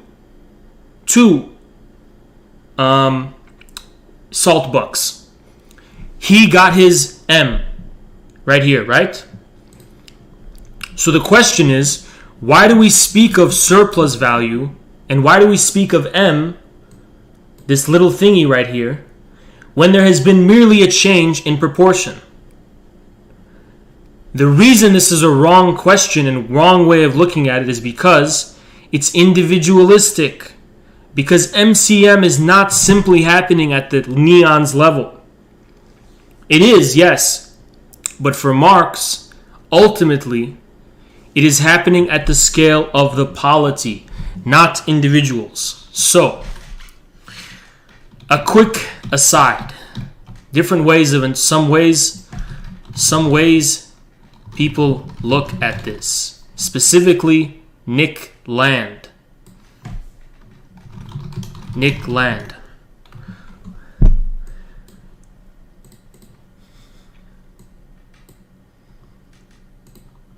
Some ways people have looked at this.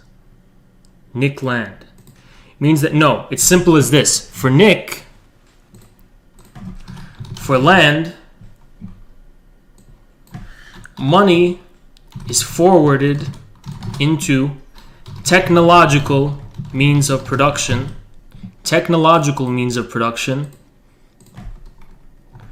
And the revolution in the forces of production is the source of surplus, is the source of the surplus value.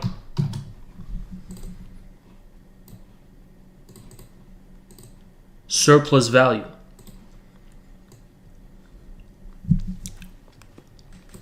This is why it's not merely a proportional change. For Nick Land. For someone like Nick Land, for example. And I'm sure there's others who interpret it this way.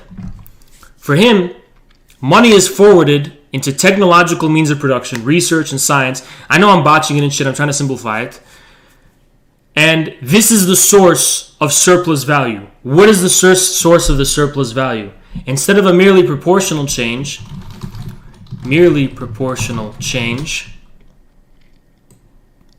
value, new value and new wealth is created by a change in reality itself. Technological change.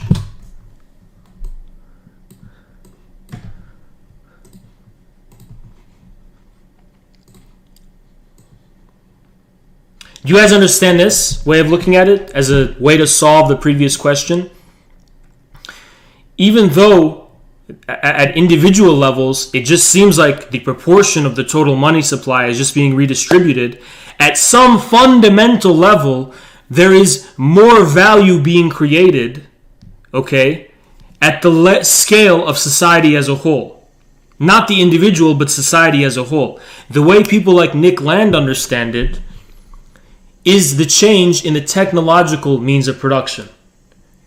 And that revolution in the forces of production is the source of the surplus value, more or less.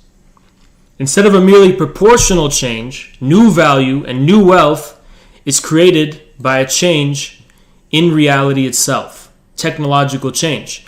Because that kind of change is tangible. If there's no technological change, then the amount and quality of goods and services is going to remain constant over time. But if there's a change in the very nature of reality, that's going to reflect in terms of value. Does this imply that if there is no technological change, there is no surplus value? Robert, according to this Landian view, the Nick Land view, but doesn't things like automation should make surplus smaller? I think Land rejects that view. I agree with your view, Neat. I'm going to explain why I disagree with Land. But let's just stay to Land's view. His view is that this is not true. For Nick Land, automation and constant technological revolution in the forces of production makes capitalism infinite. Infinite. For him, they're talking about you on Lefty Pull again. Do I have my own thread there or no? If Infrared has its own thread, we can go check it out soon.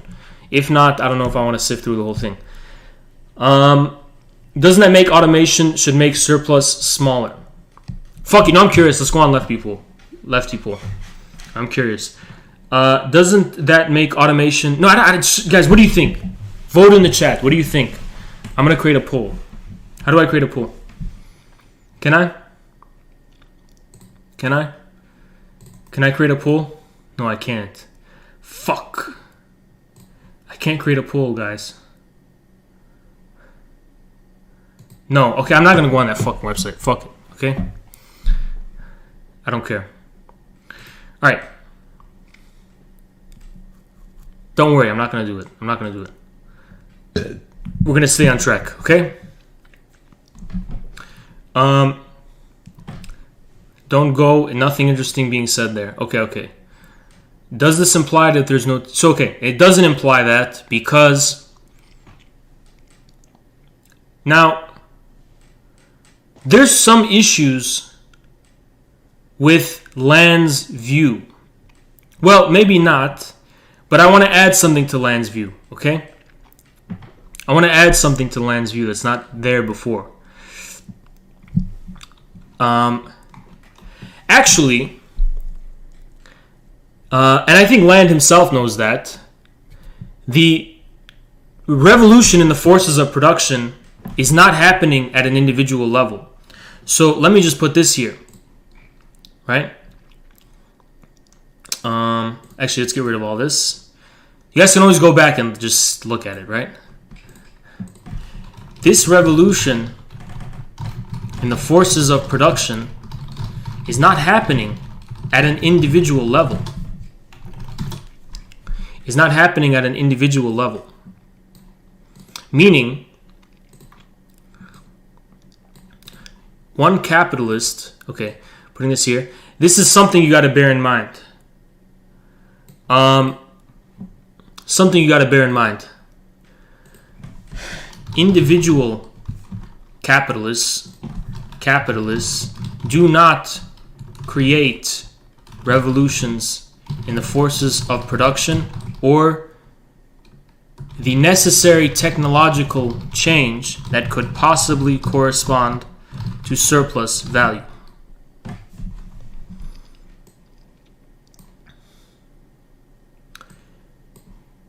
Why is this, by the way? Why is this? How does Land define surplus value? I don't want to put words into his mouth. I'm just telling you how I read Land, right? For me, I don't know if he agrees with the word surplus value at all.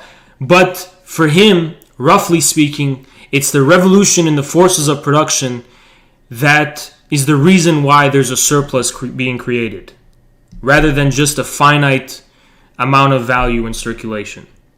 Land completely gets rid of labor from the equation. I mean, there's a real accumulation of things, though. Yes, but if there's an accumulation of only things, then at a certain point, this will not correspond to a real qualitative change, only a quantitative one, eugenics. That's quantitative change, not qualitative. The mere quantitative change that you're talking about puts a cap, eventually will put a cap on the amount of surplus value is being created. And the reason for that, eugenics kun, there's a specific reason for that, eugenics kun. Monetary systems are difficult because I know, dude, don't get into all this shit. You're just going to confuse me. I know, okay? I know. Don't get into fiat and all this complicated shit. You're just way going to complicate it, derail it way too much. All I'm going to tell you is that at a certain point, the manner by which this quantitative change can be registered at the level of qualitative commodity form reaches a limit. In other words, it becomes a type of bad infinity in which it's the crisis of overproduction described by Marx. It's the crisis of overproduction. But I don't want to introduce all these terms and all these phrases and all these ideas because we're nowhere near that yet, okay? So let's not get ahead of ourselves and let's just focus on this right now because I'm trying to make this as simple as possible, okay? Let's not get ahead of ourselves. You don't fill in the blanks 500 steps forward because those could be wrong. There may be premises you're not thinking about. Let's just focus on this very simple thing we're on. And if you're not following me, say so and I'll clarify it. I want us to begin at a simple level, focus on things way more simply, okay? Individual capitalists do not create revolutions in the forces of production. They don't. Because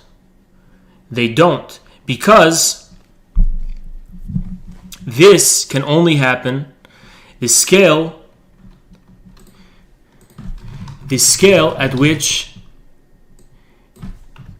this revolution is possible, in the forces of production, tech revolution is possible, can only encompass society, polity as a whole. It is a historical revolution. It is a historical revolution. Why? Why is it only a historical revolution? And it's not a revolution that's merely happening. For example, I'm a capitalist, right? And I'm forwarding money into goods and yielding a profit. Is what the capitalist is doing, let's represent it this way. We're gonna go back to Neon or someone until I find a better name to use, okay? Now, when you have Neon here, capitalist,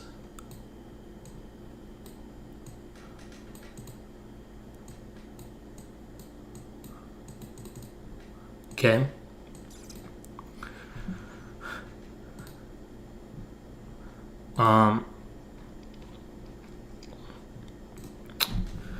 Capitalist, he's gonna forward some money.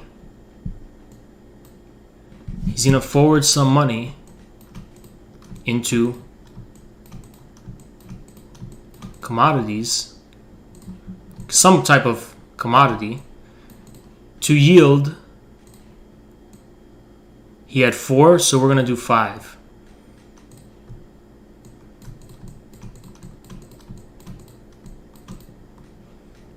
This is his surplus right here.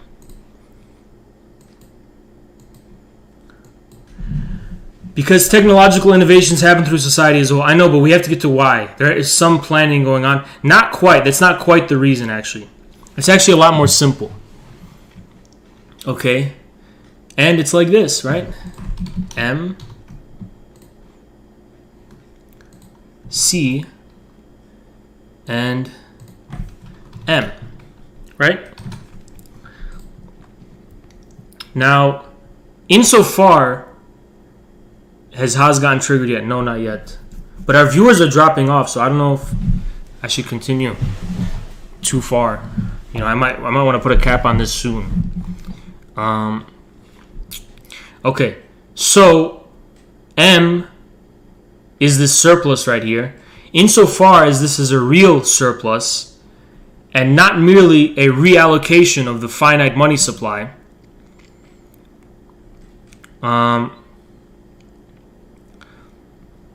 insofar as that's the case, then this capitalist guy must be reaping the rewards of something that already happened.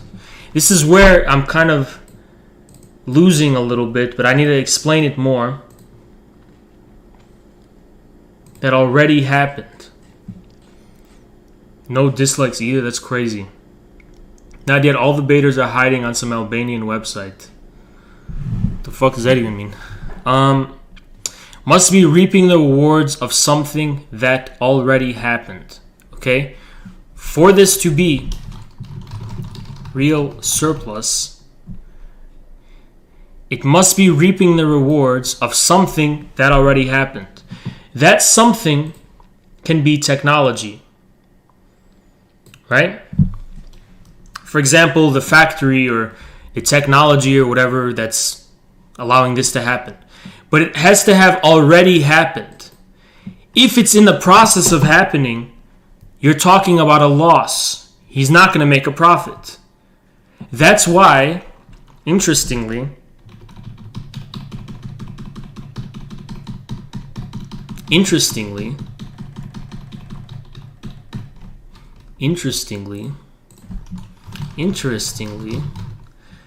big tech companies,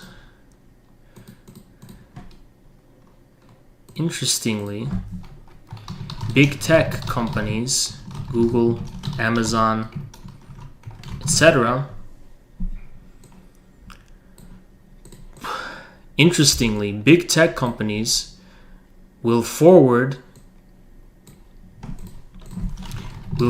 investment into technological research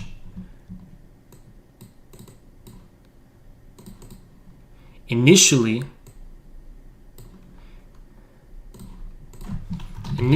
at a loss. So many of these big tech companies even begin at a loss. Elon Musk, who actually you can maybe be said to be saying directly creating new technologies, he's initially going to be operating at a loss. Henry Ford might have been the first example of this type of American capitalist. But the British one, so to speak, does not create revolutions in the forces of production. They merely benefit from one that had already occurred in a previous point in time. Now, the Henry Fords and the Elon Musks and the Googles and Amazons, they do, in fact, maybe take risks with a new technology or forward investments into technological research. But they only do so insofar as they are already, in a sense, operating beyond 19th century capitalism, the abstraction that's relevant for Marx. This is why I call American century a socialistic century. This is also why I disagree with Nick Land's view. To me, but, caveat, to me, the flaw in Nick Land's view,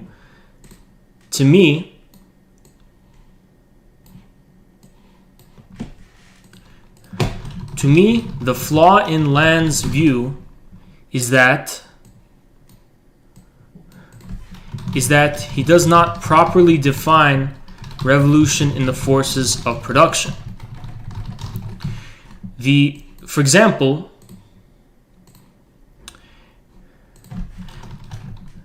corporations do invest in something called technological innovation. But are these true? Yet, okay, sorry. I'm going to organize this more to simplify it for you guys. Technological innovation. But these epicycles of technological change do not offset the tendency for the rate of profit to fall, nor do they correspond to a true revolution in the forces of production. They merely bear witness to one that had already occurred. Isn't the word tech a little strange, you guys? Do you find the word tech a little strange, or what? Fordism. Most of the digital economy is rent. Okay, let's not get there. Xanther, let's not get there. Let's not get ahead of ourselves. Let's just focus on this. The flaw in Land's view, he doesn't properly define the revolution in the forces of production. Corporations do invest in something called technological change, but these epicycles of technological change that we're witnessing, whether through government investment or through corporate investment, do not offset the falling rate of profit, nor do they correspond to a true revolution in the forces of production. They merely, again, bear witness to one that had already occurred. Let's elaborate on that a little bit. Well, we really are in some deep water. We have to elaborate on it, right? If we leave it like that, we haven't really made any kind of argument. Okay, sorry. This is all off the top of my head, guys. None of this is planned, so please bear with me if I'm going to have a little brain fart. Yes, the military and the government do it too, Full Metal. You're right. But we're at the issue of time right now. We're at the issue of the view of reading Marx's Capital from the perspective of time. This is where there's a flaw. For there to be surplus value, the thing that gives rise to surplus value had to have already happened before. A capitalist or a government or a corporation does not listen. MCM does not properly correspond at the individual level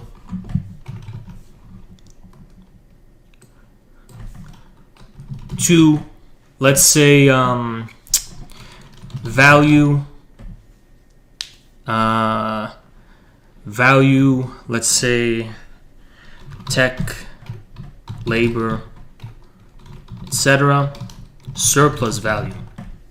You see my point? At an individual level, there's a discontinuity. There is a discontinuity between these two. This happens at an individual level. This merely reallocates at the individual level is what I'm talking about. This one, at the individual level, merely reallocates the finite amount of value that's already in circulation. This one is expressed only at the level of the aggregate, according to Marx.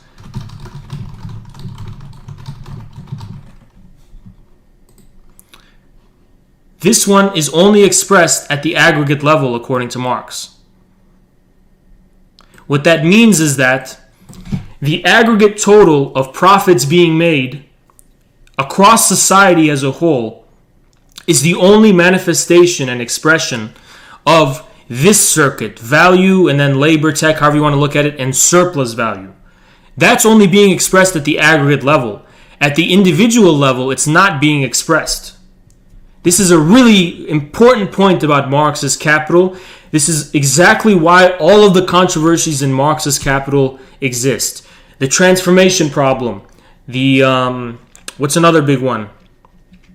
Transformation is like the biggest one, right? What are some other problems? I forget the other ones. There's the transformation problem. There's whatever. It all goes back to the discontinuity between these two.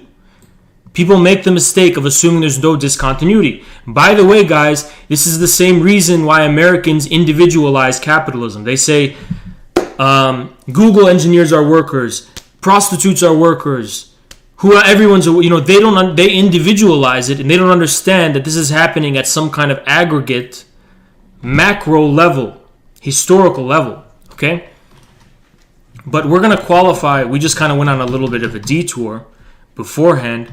We're going to qualify what we said before. What we said before was that... What did I say before?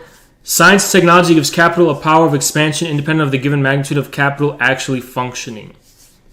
It kind of confuses me. I don't want to distract myself, okay? I want to focus on what I was trying to get into. Okay, the epicycle thing. Yeah, that's right. Okay. The reason why this doesn't offset the falling rate of profit. A falling rate of profit. What was I getting to at least? What was I trying to think? What was I thinking? What was I trying to delete that and put? Bear with me, guys. All of this is coming off the top of my head. And I trust me, I know what I'm doing, but I get brain farts and I forget. Lose my train of thought. Let's just roll with this so far. Okay? Okay. Yeah, this is what I wanted to get into. Sorry, I just remembered. What is this buzzword? Technology and innovation. These are epicycles domesticated by corporate institutions and big tech. Google, Amazon, etc. This is what I wanted to get to. Furthering the critique. Just remembered it. See, guys, if I have brain fog, it's not because I'm bluffing. I literally am just forgetting. Discontinuity between what? Based mango. There's a discontinuity between money, commodity money, at the level of the individual capitalist and value, labor or technology, however you want to look at it, in the Landian view or the classical Marxist view, and surplus value. These are not the same thing. One of them is expressed only at the aggregate level of a polity or society as a whole. The other one is expressed only at the level of an individual capitalist. Okay? That's the issue. That is the issue at the heart of contemporary Marxism. It's literally this. It's literally that discontinuity. Okay? That's the transformation problem too, at its essence. That's the essence of the transformation issue. Buzzwords are very common in the corporate sector, yes. But what is this really referring to? Well, it is not technology or innovation in the abstract. Do not be fooled.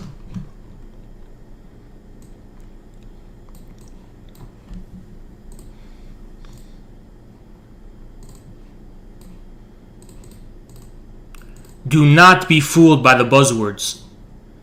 They have not captured the essence of transformations in the forces of production.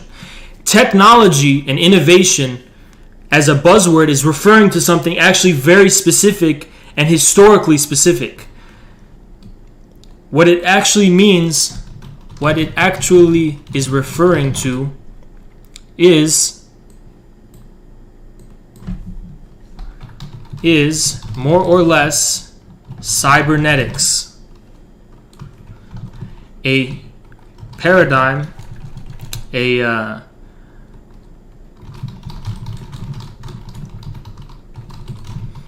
after World War II.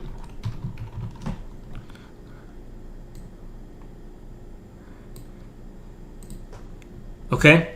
Heidegger has something about technology and cybernetics and all this kind of stuff, but there is no reason to think that these corporations and these big tech companies have actually arrived at the essence of what technology or innovation or revolutions in the forces of production are. Why? Why? Right? Let's get to why. Okay? Why? Why?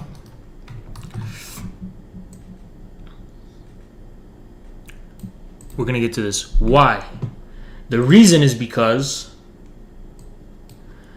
a revolution in the forces of production happens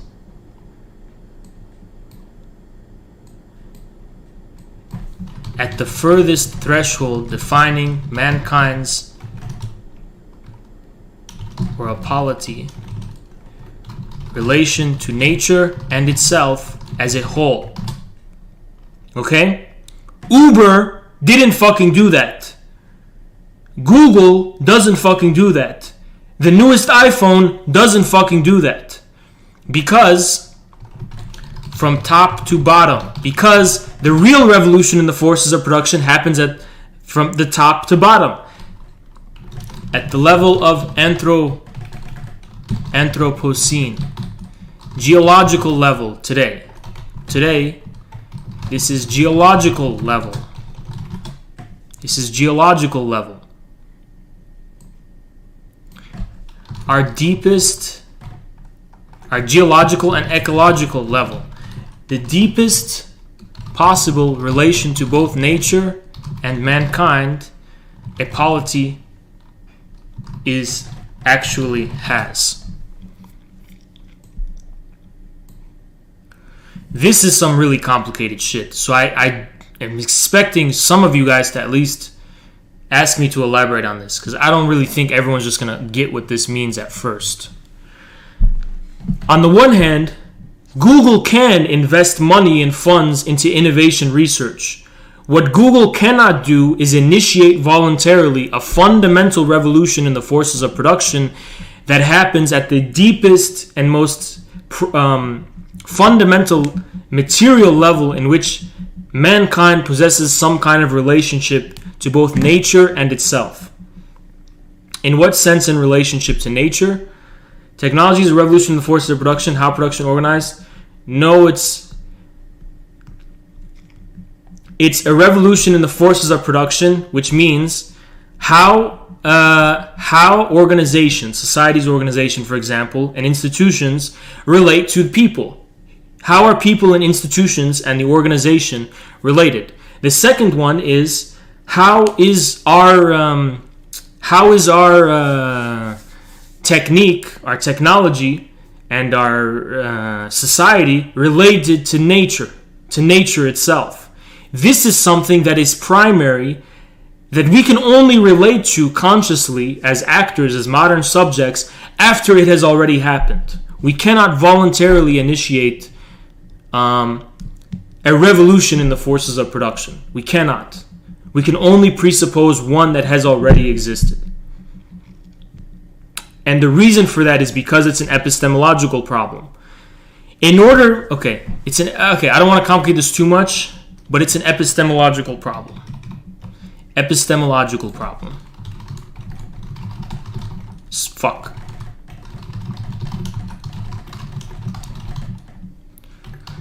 Okay? Here's the issue. For us to be able to voluntarily initiate revolution in the forces of production, this assumes we know, we can be aware of the possible threshold. We can be aware of the very range of possibility that defines mankind's relation to nature. This is the prejudice of modern science. Modern science thinks this. I think it's wrong. You can't. You can only do it in a kind of vacuum-sealed environment. But on this deeper level, this is a very Heideggerian point, you can never be preemptively aware. It can only sneak up on you. And this is a kind of more complicated philosophical point. It can only happen already. After it happens, then we can think about it. It defines mankind's relation to nature. In reality, the true revolution in the forces of production,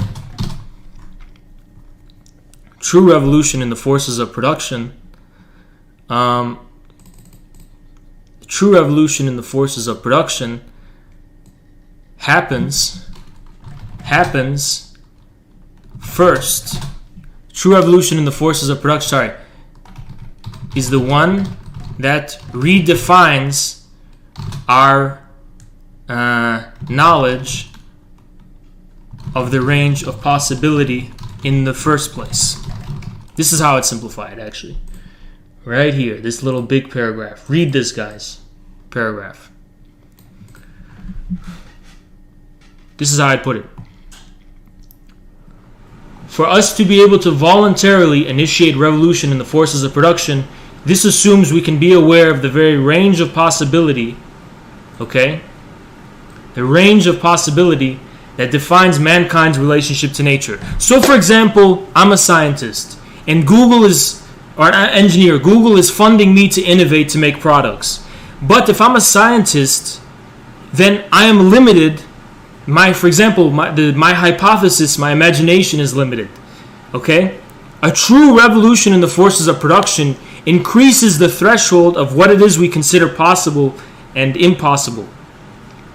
But if I'm just a scientist or an engineer or some kind of tech guy, I can't actually initiate a real change in the forces of production. I can only work with what has already been established by precedent as possible.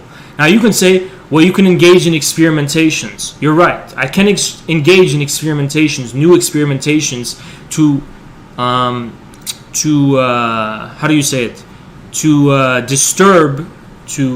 touch upon the range of possibility.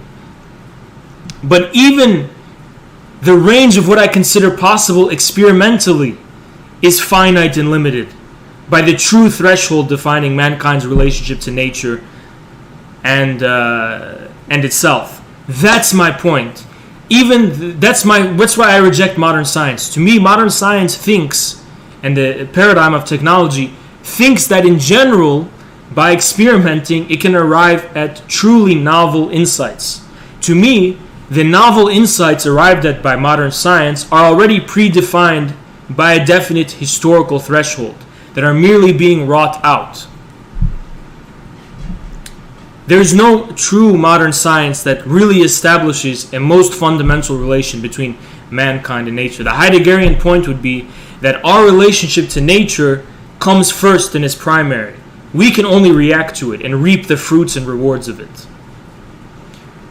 Okay, this was a big detour about Nick Land. This is some ways people look at it, technological change. So after all this critique, I know this is not satisfactory. This is an introduction stream, guys. It's an introduction stream, okay? This is an introduction stream. This is an introduction stream. Ultimately, it is not only superficial technological change that gives rise to a true surplus value. It is a change. The change is also, let's say, historical change,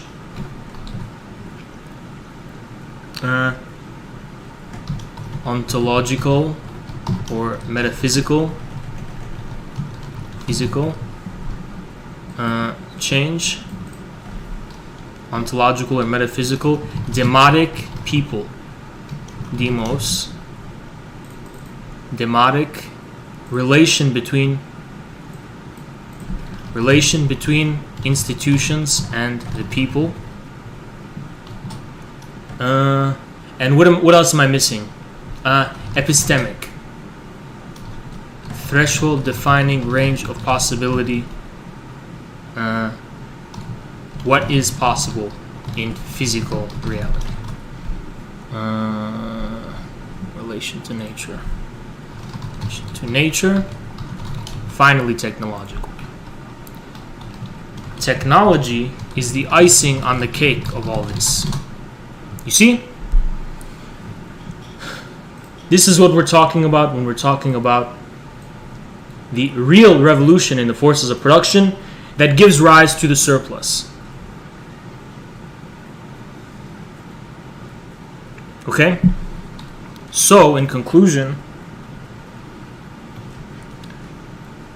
there's way more I have to say on this, but this is just the introduction. And we will say more on it another time. I don't know if it'll be next stream. It depends on demand. If the chat demands more, I'll give the chat what they want. If people watching this want more, we'll give them what they want. But wrapping up, we're going to wrap this up. Wrapping up.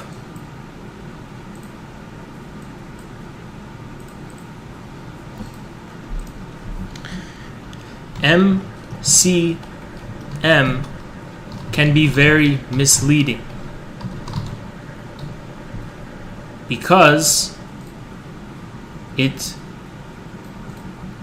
can be very misleading because of the assumption it implies via language of sequence, of temporal sequence. In reality,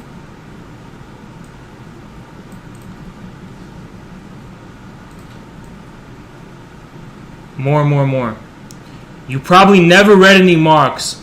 Chaz Daz, the fucking idiot, comes on my streams to troll me. He just wants to troll me. Whatever. What do you have to say, Chaz Daz?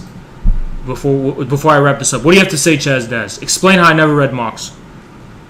I've never read any Marx. I've never read any Marx, you fucking idiot. Chaz Daz, you fucking moron. Who is this guy? How do I go on his profile? Someone link me send me in Twitter his profile. We're gonna look at his profile. Who's Chaz Daz?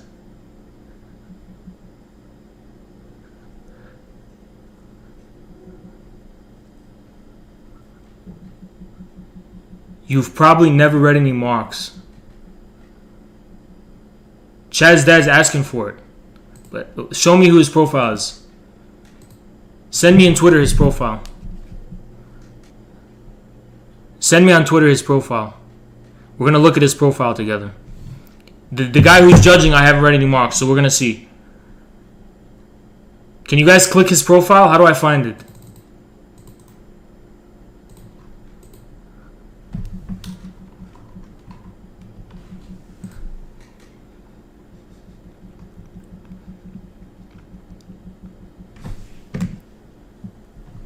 Okay, this is the best I can do. So this is the hater we're working with. This is the hater we're working with. Ready? This is who we're working with. Can't find it? Okay, that's okay. Y'all ready for this? This is the hater we're working with. Ready? This is the best I can do. You talking about everything about spirits and abstractions like just go do a revolution, lol. Okay, he's trying to troll me. But Chaz Daz, you have a pedophilic type of smile. And I don't else know what to say. You have a weird fucking smile right here. And who are you to judge me saying I can't read Marx when you look like this? Who are you to judge me, huh? The audacity I haven't read Marx. You talk about everything like spirits and abstractions. Marx talked about the same fucking way, idiot. Go look at what he said about commodity fetishism, dumbass. Go read his fucking notes. Go read Grundrisse, whatever the fuck you say. Go read anything by Marx, you dumb shit. Chaz Daz, you fucking idiot.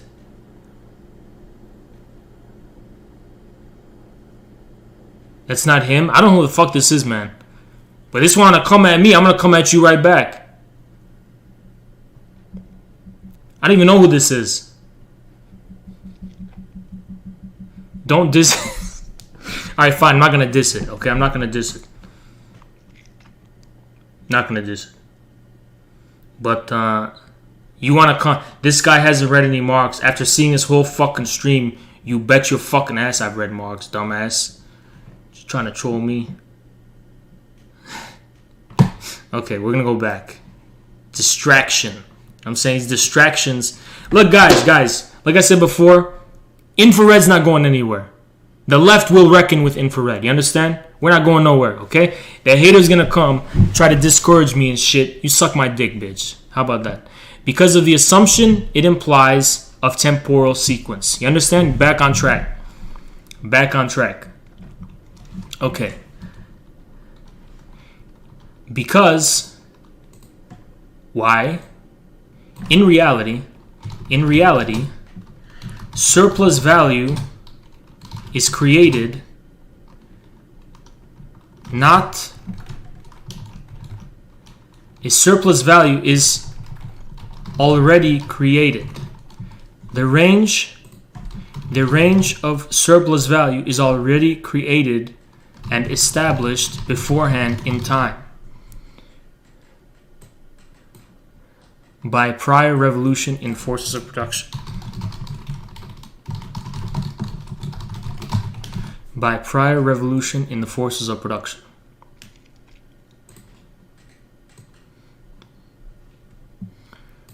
Labor, all this stuff, I'm not going to get into labor here. Labor is for another stream, okay? That's way more complicated. We're just going to cap it like this. Labor, tech, and all that good stuff realizes a threshold established beforehand in time.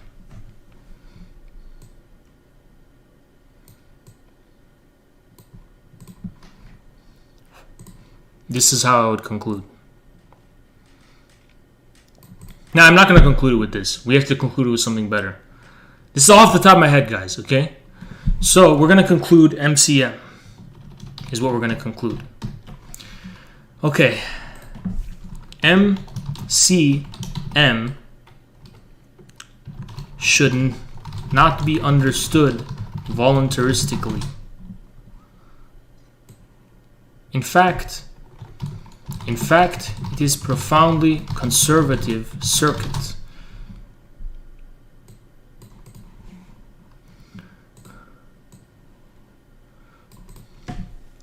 M,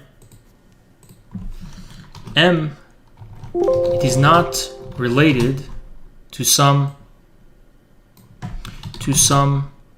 unstoppable thirst for profit. This is Freudian jurisdiction that should not be confused for Marx. Desire, drive, and all that good stuff. Despite related. They are related, but don't confuse them. So, when people tell you on YouTube, capital's growth is just infinite growth, there's a finite amount of resources, but there's an infinite desire for growth and profit, well, this is actually not a proper understanding of what capital or capitalism is. Could you explain Lenin or Luxemburg theories on imperialism? Because a lot of people use their definition to say China is imperialist. We'll have to get to that another stream, you know. This is not going to be a 5-hour stream, so I just wanted to introduction to capital. But I could also do an introduction to imperialism, or I could do capital part 2. I'm going to try to put polls out on Twitter. This is a good time, guys, for you guys to look right here. See this? Follow us on Twitter, because I'm going to put up polls, and I want to see what kind of streams you guys want. And you're going to be able to vote for us. Twitter.com/showinfrared. Follow us. I can't do YouTube polls yet. We need 1,000 subs. Otherwise, I would just do those. But we'll vote on what kind of streams we want in the future. I'm still confused about the fact that it doesn't correspond to the individual level. Yeah, that's the crux of it. But it's as simple as this fact. At the level of an individual capitalist, all you're doing is reallocating the amount of value that's already instanced. Meanwhile, the real circuit, the wider circuit that produces surplus value is actually happening at an aggregate level, not an individual one. Yeah, we'll do an intro to imperialism sometime, but we're going to do polls and stuff to vote. Some streams are going to be educational like this. Not all streams are going to be educational, guys, okay? But this is our second educational stream so far. By the way, guys, if you want to find our streams, go on our profile, click playlists, and click live streams, and they're all going to be there, including this one. I'm going to keep this on our channel maybe for a day, and then I'm going to unlist it and put it in our playlists. But they're all going to be there, but we just don't want it to be on our main cover page forever, you know, because we want our cover page to look good. Yeah. Okay, anyway. MCM should not be understood voluntaristically. In fact, it is a profoundly conservative circuit. And the reason for that is because the surplus is already latent. MCM just realizes something that was already there. Just by being. And this is the final thing I want you guys to think about. And this is going to, you know, even Hakim, what he said about the finite resources and stuff, I'm going to be disagreeing with that. Because I'm going to say this. Merely by subsisting, humanity produces an excess, a surplus.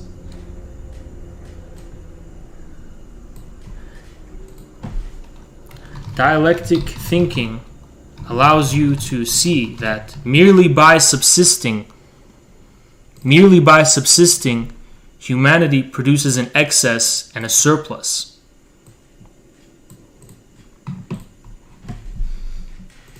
Why? Because we actually do not know what we are and what nature is. The surplus reveals to us something about being. If being was a closed circuit, there would be no change. There would be no ecological crisis. There would be no infinite growth. Humanity cannot stop growing because we actually do not know what we are. We don't know what nature is. We haven't exhausted it. We haven't completely mastered it, and we never will. Never will.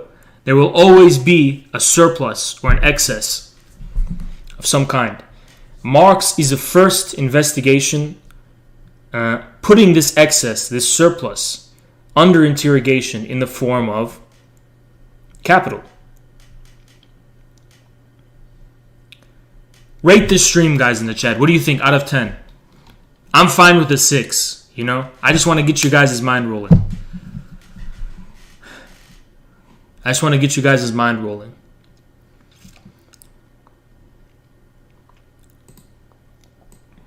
What do you guys think? This is all off the top of my head, so please be a little bit patient with me. See?